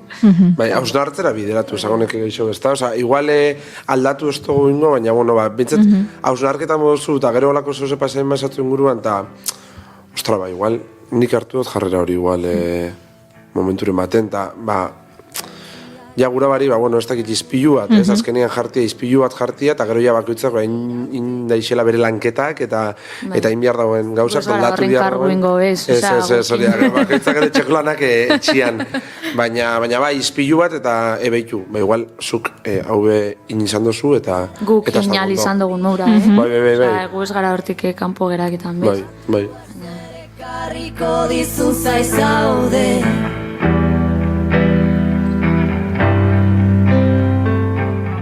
Aipatu dugu, bortxaketa dela abia puntu, baina bestelako gaiak ere jorratu nahi izan dituzue, izan daiteke jokoarekiko menpekotasuna edo drogen kontsumoa, gazteak inguratzen dituzten edo gaituzten, gazteen taldean sartuko naiz eta, arazoak landu nahi izan dituzue, nolakoa izan da prozesu hori, sortze prozesu hori, hau landuko dugu eta hau ez, edo hau sartu behar dugu, edo hau zeharka? Bai, guk hori argi gukan trama principala edo badala sexuerazoaren gaia, baina azkenean 8 gazte dira protagonistak, eta horre gura edo ez beste problematika batzuk be sortzen dira. Hortan bai gura geben horrik erakutzi be bai, eta saiatu gara apur bat telesail konbentzionalak edo komertzialak lantzen dauen gaixak, bai ikuketan zetik ikutu behar dian gauza batzu dira, baina, bueno, gero saiatu gara beste motatako gai batzuk lantzen, eta batzuk esan duzu jokuarekiko menpekotasuna dakone protagonista bat badaku, gero adibidez, bai hau oso interesantia da, harreman irekien, zure personajeak malen harreman ireki badako, eta bueno, horrek dakarren dana, ze gehiago, hori, drogiko salmenta, gero bai oso interesantia eriotzan dolua nola erubaten dagoen gazte batek, eta... Claro, gero da oso zaila gai honeik danak sartzea, azpitrama moura, trama principal bat jarreketako, ez? Osa, gero gu motiba biten gara, eta sortzen azten gara, eta guru gai danak sartzea, eta gero zalantzia da, gauza larrei sartu du, hau ulerketan da, buelta larre muixau, eta, bueno, pertsonalkin niretzat bai izan da hori aprobate, aber ulerketan dan, aber eixauen kentzen azpitrama honek danak trama importantienari garrantzia hori ez, eta bueno, aber zela solapai jendean artean, eta, baina, bueno, bai, eski realia bat bebai gai honek personaje bakoitzean, eta horrean saiatu gara hori personaje bakoitzari gai nagusi bat edo problematika nagusi bat jarten, eta zentzu hortan bebai sortzi personaiak garrantzia iguala dakoi berez telesaian, nahiz eta gero egongo dian bi pertsonaia nagusisia eta protagonistia eukikoa oinak berez gehiago, baina hori bai saiatu gara guk sortun produktu bat izan den momentutik danok bebai danokin ju lan iguala, danokin ju orduan, bueno, danok daku bebai eskubidea ez, agerketako eta laniteko hemen eta bueno, horretarako inju, orduan Bai. Lana aipatu duzu eta lanari buruz arituko gara, ze izan ere websaia osatzen duen kide batek honakoa dio. Beti egonez superposik, inun lanatik, eta gauzak zera fandian, baina baia tela, txabal.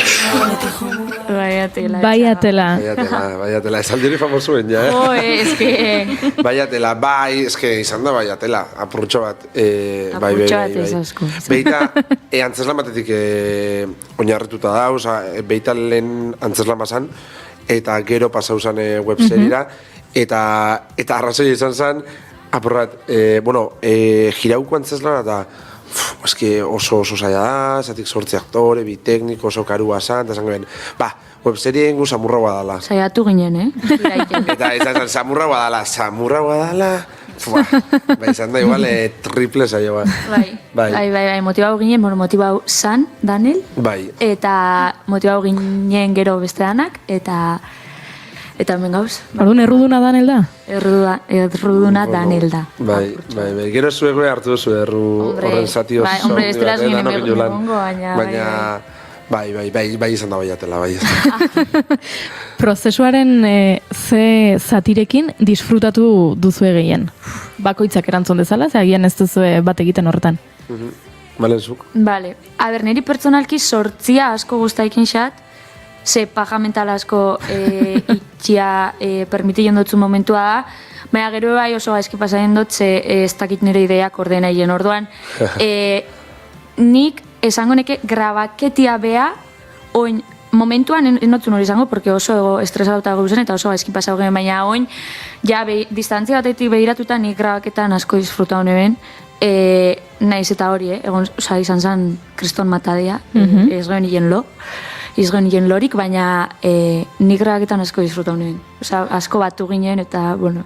Baina bat natorre, malenek nik ustat grabaketa izan zala hola satirik politena, urte beteko produkzio prozesu izan zen, eta urte beten ostian, hastia grabaketekin eta dano batera, egun dana batera, zenbat 15 egunetan edo hola grabauzian, goizeko sortzizetatik, farratzeko sortzizetara batera, egun dana, eta izan zen oso politxeta. Gero nik asko gozatu dut bai, apur bat komunikazio oin zabalpen dana eta prestaketan, hortan nire gozatu dut politxeta, bai, ja, bada aprobat... Bai, zugurosuna iteko... Bai, eta jazta eta badator, eta ja beste energia bada, bai. Hori da, ez, agian zure proiektu izatetik ja besteen proiektu izatera pasatzen dena, ez? Ja ez da zuek dakizuen zerbait, besteok ere jakingo dugu, ari gara ezagutzen. Umetxoa jaixo da, ja, eta ja zuena da, eta horren danon artean gozatuko, eta hori ondo dago, bai. Eta guazen zaintzera denon artean umetxoa komunitatea behar delako, bai, ume bat zaintzeko, eta baita ere horrelako proiektuak aurrera ateratzeko, ze aipatu dugu utxune bat bazegoela, ez dakit, bueno, nik aipatut, ez dakit zuek ados egongo zareten, bazegoela behintzat utxune bat gai hauek jorratzeko euskeraz eta euskeratik eta gurean. Bai, eske apur bat ez, osea, beita hortik sortu da.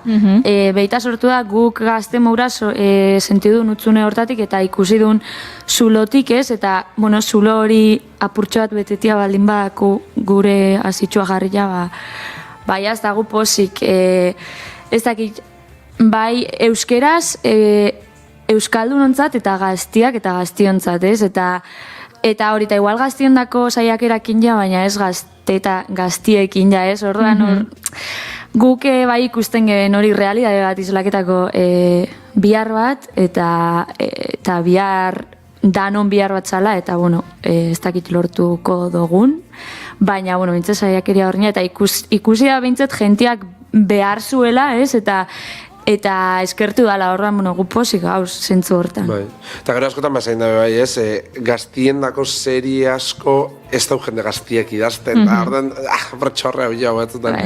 Eta ordan, hori be badako behitak, ez, edala gaztiendako eta gaina gaztiak sortuta eta gaztiek idatzitea, euren realidadetik ez 40 urteko edo 50 urteko gizon batek idatzi dagoena gaztieri buruz, bueno, bai, animo. Aipatu dugu honen hazia behintzat dela, xup antzerki taldeak egin zenuten, beita izeneko antzez lana, orain pantaietara pasazarete, egon da prozesu bat hor, crowdfunding kanpaina bat, itxulapikoan adibidez ikusi genezake, eta orain, gazteako YouTubeko kanalean ikusiko dugu telesaia, egin du, dagoeneko oraindik estrenatu gabe, bidea telesaiak nola bizi izan duzu guzti hori? Ez que izan da oso luzia eta oso intensua bai dana, Hauria, seginan crowdfunding batetik, ez da zer, gero diru laguntza Eusko Jaurlaritzako edo Foru Aldundiako diru laguntzak jaso izan geben. Orduan, izan da oso prozesu luzia grabaketara jau arte, bai apurat geuzelako ez da egite ziurgabetasun bat, ez da egite diru eukiko hau itxeko ez, baina ezkeia grabaketak hemen dauz, orduan, nik uste prozesuan izan dela demora dana, como, bai, ez, demora dana izan da ziurgabetasun konstante bat, eta gero be, grabaketa eta gero be, preparo izan dana zabalpenerako, ez dakiz zer, eta hor, gazte-errateko lankideekin, iguala izan da ez, eta azkenean bai, eta ordan, gazte-erratiko eta ETV-ko lankideri eskerbe, azkenean guretako erakusleio bada bai, eta guk eskertu dugu, eurekin lankidetza hori izan da, eta oso posi gauz horrekin bai. Bai, eski izan da, grabau baino bi astelen aur arte ez gekixen grabauko geben edo ez, urten baino bi astelen arte ez gekixen urtengo zan ez, ordan, hori bai izan da, bastante estres hori mantendu dauena denbora danean, eta eukidu gora berak, venga, bai, zuek eta ez zuek ez ezin jo zati diru laguntza jaso durroan gaztaben bia, bai, izan da. Beti marra gorri bat, horra eta atzea. Bai. Irratsaio honetan, bigarren kafean, gure lankide Maigorostiagak beti esaten du, berak aldarrikatzen duela 3 B:en araua, eta dala, venga, bale. Zerbait proposatzen dizuenean, 3 B:ak, bai, venga, bale. Eta aurrera, eta pixka bat hori egin duzu, aurrera. Bai, eta gainera, bai. Bai, eta oso zea hona pentsa usate, 3 B. Bai, atela. Bai, atela, hori da, bai. Lehenengo esaten duzu, onartzen duzu, venga, bale, eta gero azentzarenean, bai, atela. Grabaketak aipatu dituzue, okerez banago, Oñatin elgetan eta aretxaboletan aritu zarete, ez dakit egia den hori? Maixan be bai. Maixan, bai. Bai, principalki horre, Arantzasun be bai. Bai, barruko dana edo interiorez edo esaten dana injue oinatin, eta gero elgetan kokatu du herri fiktizioa da kaleko sekuentziak, dira elgetan, eta horbe eskerrak emun biharrian gauz, ze elgetako herrixa oso ondo portausan gurekin, egon ginean aste bete, ez, oina 3 egun edo gola, egon ginean angra baiten, eta jo, herri dana izan zen... Bai, revoluzioa bengen Bai, revoluzioa bengen herrixa, baina... Jo, isiltasuna eskatu eta jende dana isilik, osea, ikaragarrizko respetuakin eta udaletxean partitu bai jarri noskoen samurtasun danak bertan grabaketi egiteko eta oso eskertuta. Ba, ez da samurra kaletan grabaitia eta oinatin be ez geben guraz, esan, bale, komodua da, oinatin grabaitia bertan, baina gero eskinateko kaliakako hain ikusitza, oinatiko jentia kaletatik pasaien. Gura geben hori, apur bat zabalketia, ez? Eta dana inju oinatin maian, ba, bueno, hau beba izan erronka bat zabalketako, eta, bueno, elgetara nioa jago ginen. Oso urrinez. Baina... Lekuak badu garrantzia historian, adibidez, telesail batzuetan, ez dakit ez, oso pixu handia dauka, ez dakit, ba, kanpora joategatik estatu batuetako Sex and the City telesailan Nueva Yorkek badu bere pixua eta beste pertsonai bat dela esan genezake. Zuen telesailan lekuek badute edo agian oso pertsonaietan oinarritzen den historio bada? Nik uste dut lekuak elgetak behar baino gura geben herri txiki bat izatea. Horre badako pixua, personajeak herri txiki baten bizi dira, orduan horrek gero traman badako zerikusia, ze danak taberna igualia juntaen dira, kaletik kruzau jendia, eta horrek dako igualez garrantzia, herri txiki baten kokatuta dagoela historizana, eta danak ezauketan dagoela elkar. Kuadrilla artian bai, baina nik zure gurasuak bai, horrek ekarriko dagoela gero trama bat oino goixau, eta nik zure anaia bai, eta zun ere primua, eta herri txiki bat izatean, eta horrek bai dako pixua. Serian, eta gaina hola ulertu behar dela pentsaen xate. Bai, gertutasunak sekulako pixua duelako horrelako zerbait gertatzen denean, ez? Sexu erasoak gertatzen direnean oso erreza delako urrutiko norbait atzarekin seinalatzea eta jarrera matxistak gaitetxi behar ditugu, baino agian zure kuadriakoa denean edo zure lengusu bat denean hor gogarragoa egiten zaigu eta hori hemen, gure herri honetan, hain handia zen herri honetan, tamalez askotan bizi izan dugu hori. Bai, eta aporrata hortan oinarriketan dabe bai seria, zelako samurradan zuk esan duzuna, horra izatea, zu izan zataz super gaizki, baina gero zure ondoko danian, eta danian zure lagunik onena, ostras, aporrata hor sortuko da izkanbila protagonisten artean. Bai.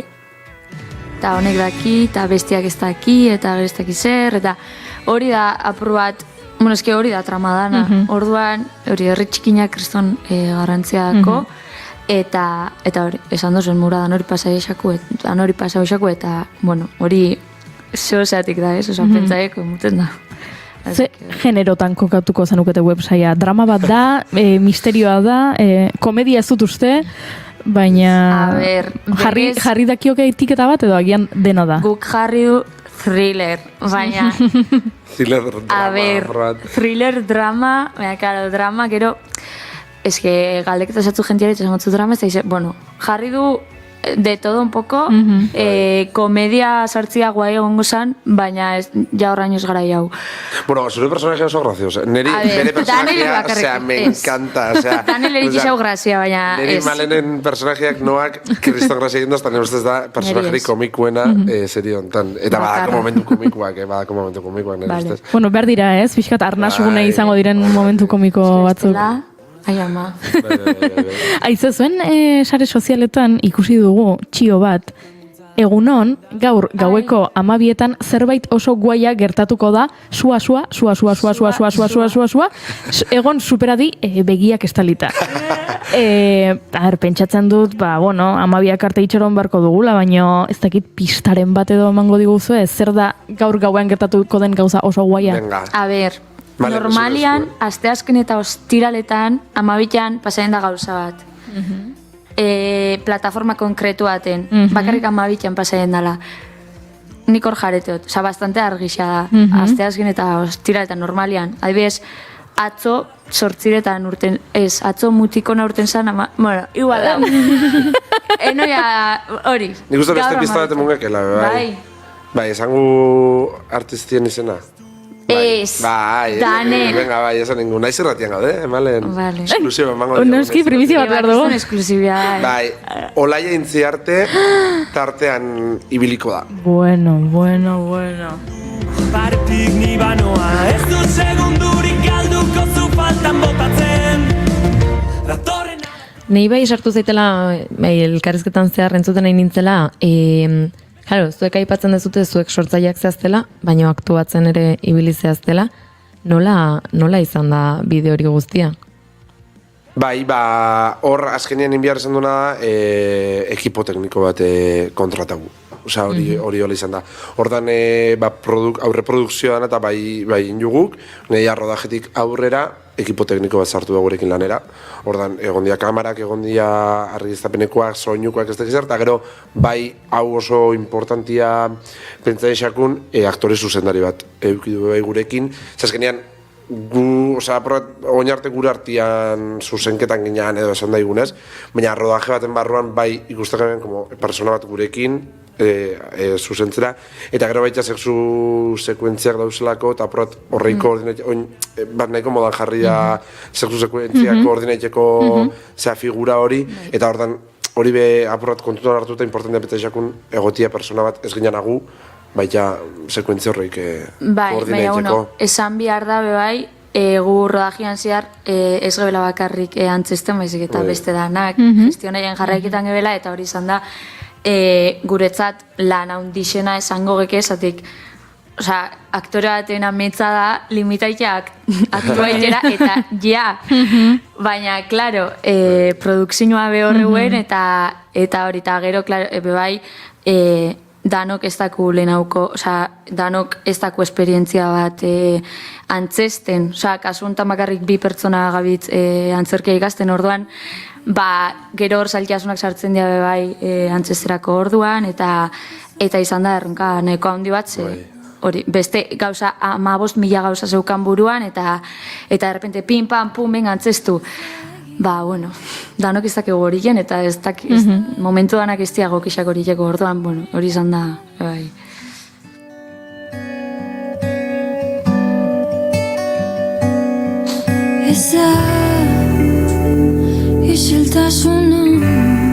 Duela pare bat aste aritu ginen saio honetan intimitate koordinadorearen figuraz hitz egiten, aipatu genuen ospe hartu zuela 2017an HBO streaming plataforma eta telebista kateari esker, eta adibide batzuk jarri genituen, baina Euskal Herrian ez da oso ohiko izan orain arte, agian zuek zarete lehenak horrelako figura bat erabiltzen? Ja, ez dakit esaten, baina bai, eske oso importantia da figura hori, eta eske lagunketan dago asko, bai, porque holako sekuentziak, justo gurteko esaku grabaitu holako sekuentziak, eta ostra, badia sekuentzia, eta gu justo gure artean kriston konfidentzia daku, laguna garelako danok bai, baina ostras, ala eta besta samurraz ekipoa dakotzu aurrian, gero egisa ekipoa reduzu itzen zala, holako sekuentziak grabaiteko, baina egisa ez tala samurra. Eta hortan holako koordinatzaile figura bat eukitiak lagunketan dau, adosteko bai aktorion artean zer bai, zer ez, zer erakutzi, zer ez irakutzi. Eta da gai kanal bat apur bat bai ez hori eta limite bat jarteko, eta gure artean komunikatzeko modu bat, eta nik asko eskerretan dut zeneri adibidez pertsonalki izan zian azkenengo graunen sekuentziak rodaje osoan, eta zan, klaro, mantendu neben tensio hori dana bukaera arte ez, eta izan lehenengo aldi xaien nebena, baina kamaran bai, baina holtzan ez, eta, klaro, eta nik eskertu neben asko ze ondo pasau neben. Horri esker pasau neben ondo eta disfrutau neben, eta nire lagunakin neuen, eta bromak iten bukatu geben, eta karo, nire bai pasau izaten grau neben beste pertsona batekin, eta gero, klaro, claro, es que señor spoiler. Ja, ez spoiler asko. Ez spoilerrik ez. Etorri zan beste pertsonat, eta derrepente ni neuen super ondo pasaikin eta super posik, eta pertsona hau etorri como super urduri, eta ni, egon lasa iztala ese pasaiken, eta, claro, hor, eske da rarua eta jentean akusta, que bien tu jotando pasai, ez. Bai, ez da samurra. Aipatu duzue beraz, badakigu badaudela sexu estenak eta teaserrean ere ikusi dugu, suarekin definitu dezakegun teaser bat egin duzue. baino hemen mikrofonoak oraindik artean itzalita zaudela ipatu duzue ez dela euskal elite egin duzuena.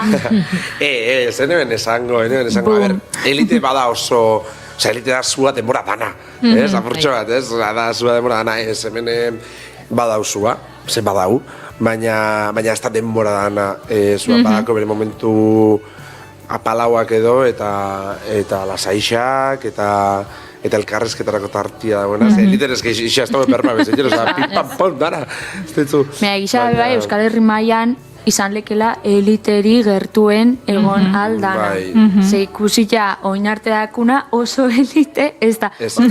Igual, esaten daue, ez da izirik esaten aurrekoa, baina hain esplizitua da, ez, baina, bueno, oza, gurot esan, ikusita zedakun igual aprobat bai da, ez? Bai, ez da. Igual zen ez da horien gauz horrek. Igual zen ere beharrezkoa da, Mingainak dauz, igual esplizitua da. Hemen, gustatzen zaigu, etortzen direnean, ez dakit, ipuin kontalariak, idazleak, musikariak, beraien erreferenteak zein diren galdetzea, eta haien aktorei ez diegu hainbeste galdetzen, edo horrelako edukiak sortzen dituzuen hori, badituzue erreferente argi batzuk edo gustoko dituzuen telesail, zuzendari, aktore ikusentzunezko munduan, ezagizuentzat erreferente direnak? Ostras, galdera potolua, Jo, ez da, neri keparrastik aragarri guztaren xat, uste dut oso onditxa da, zela lantzen dauen gauzak eta zela hartzen dauen gizarteko gai bat eta ostras, eguelta mutu xauen horreri eta niri kepazko guztaren xat, eta aitziber ikaragarri guztaren xat bai, eta gaina aitziber beti portatzen da oso ondo. Bai, oinbe oso ondo portatzen, bai. Eta bai, ez da dit, horreik, oina prioriola bote prontuan, zagonotzun horreik. Jo, sí, claro, hau sortu da erreferente falta batetik bebai, ez? Orduan, kostaren xatazko imaginaia euskal erreferente batzuk hau ikera eruan gauenak. Bueno, baina izan daitezke erreferente italiarrak, estatuatuarrak edo turkiarrak. Niri Euskal Herri mailan keparrazte zauzula oiergian behazko guztai esatu uste dute bai inauela kriston lana, bai sexua, bai antzerkira eruaten gauza asko. Eta testualetik eta hola, baina gero ja Fatima gara zinera edo telebistara, niri adibes Merlik pertsonalki asko inozt, eta nik Merli asko disfrutot, eta asko... Eta bai, tio, igual da, supermitikoa, baina, joe, niri inostan hor klik bat, eta gurota guin.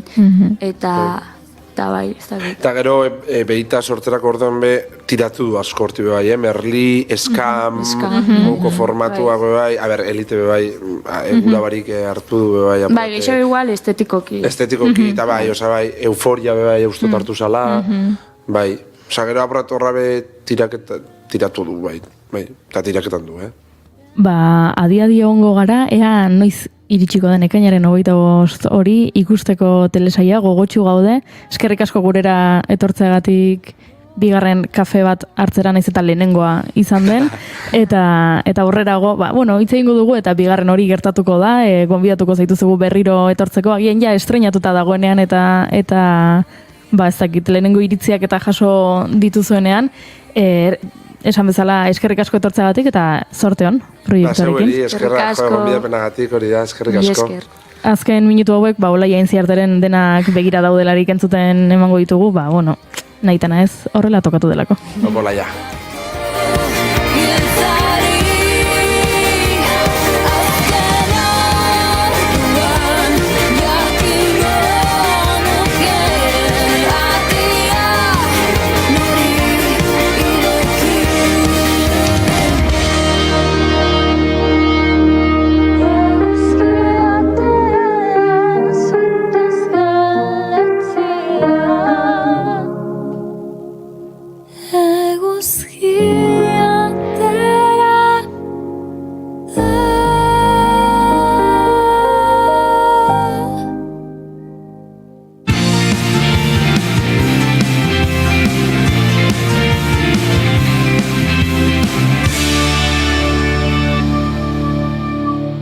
Bigarrenak ez direlako beti okerragoak, bigarren kafea.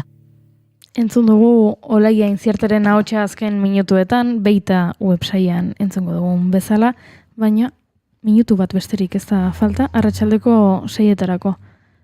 Ze plan duzue? Ba nire etxeran joa. Ekaitza alertu aurretik. Bai. Ba hori zen. Zer egin behar duzu?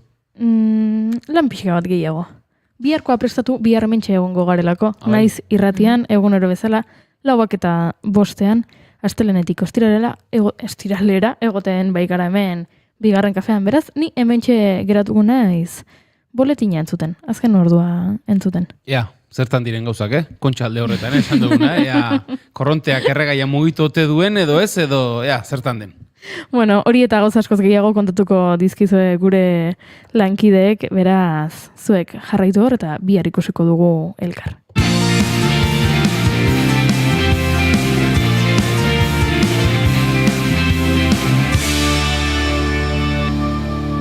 Keep calm and bigarren kafea.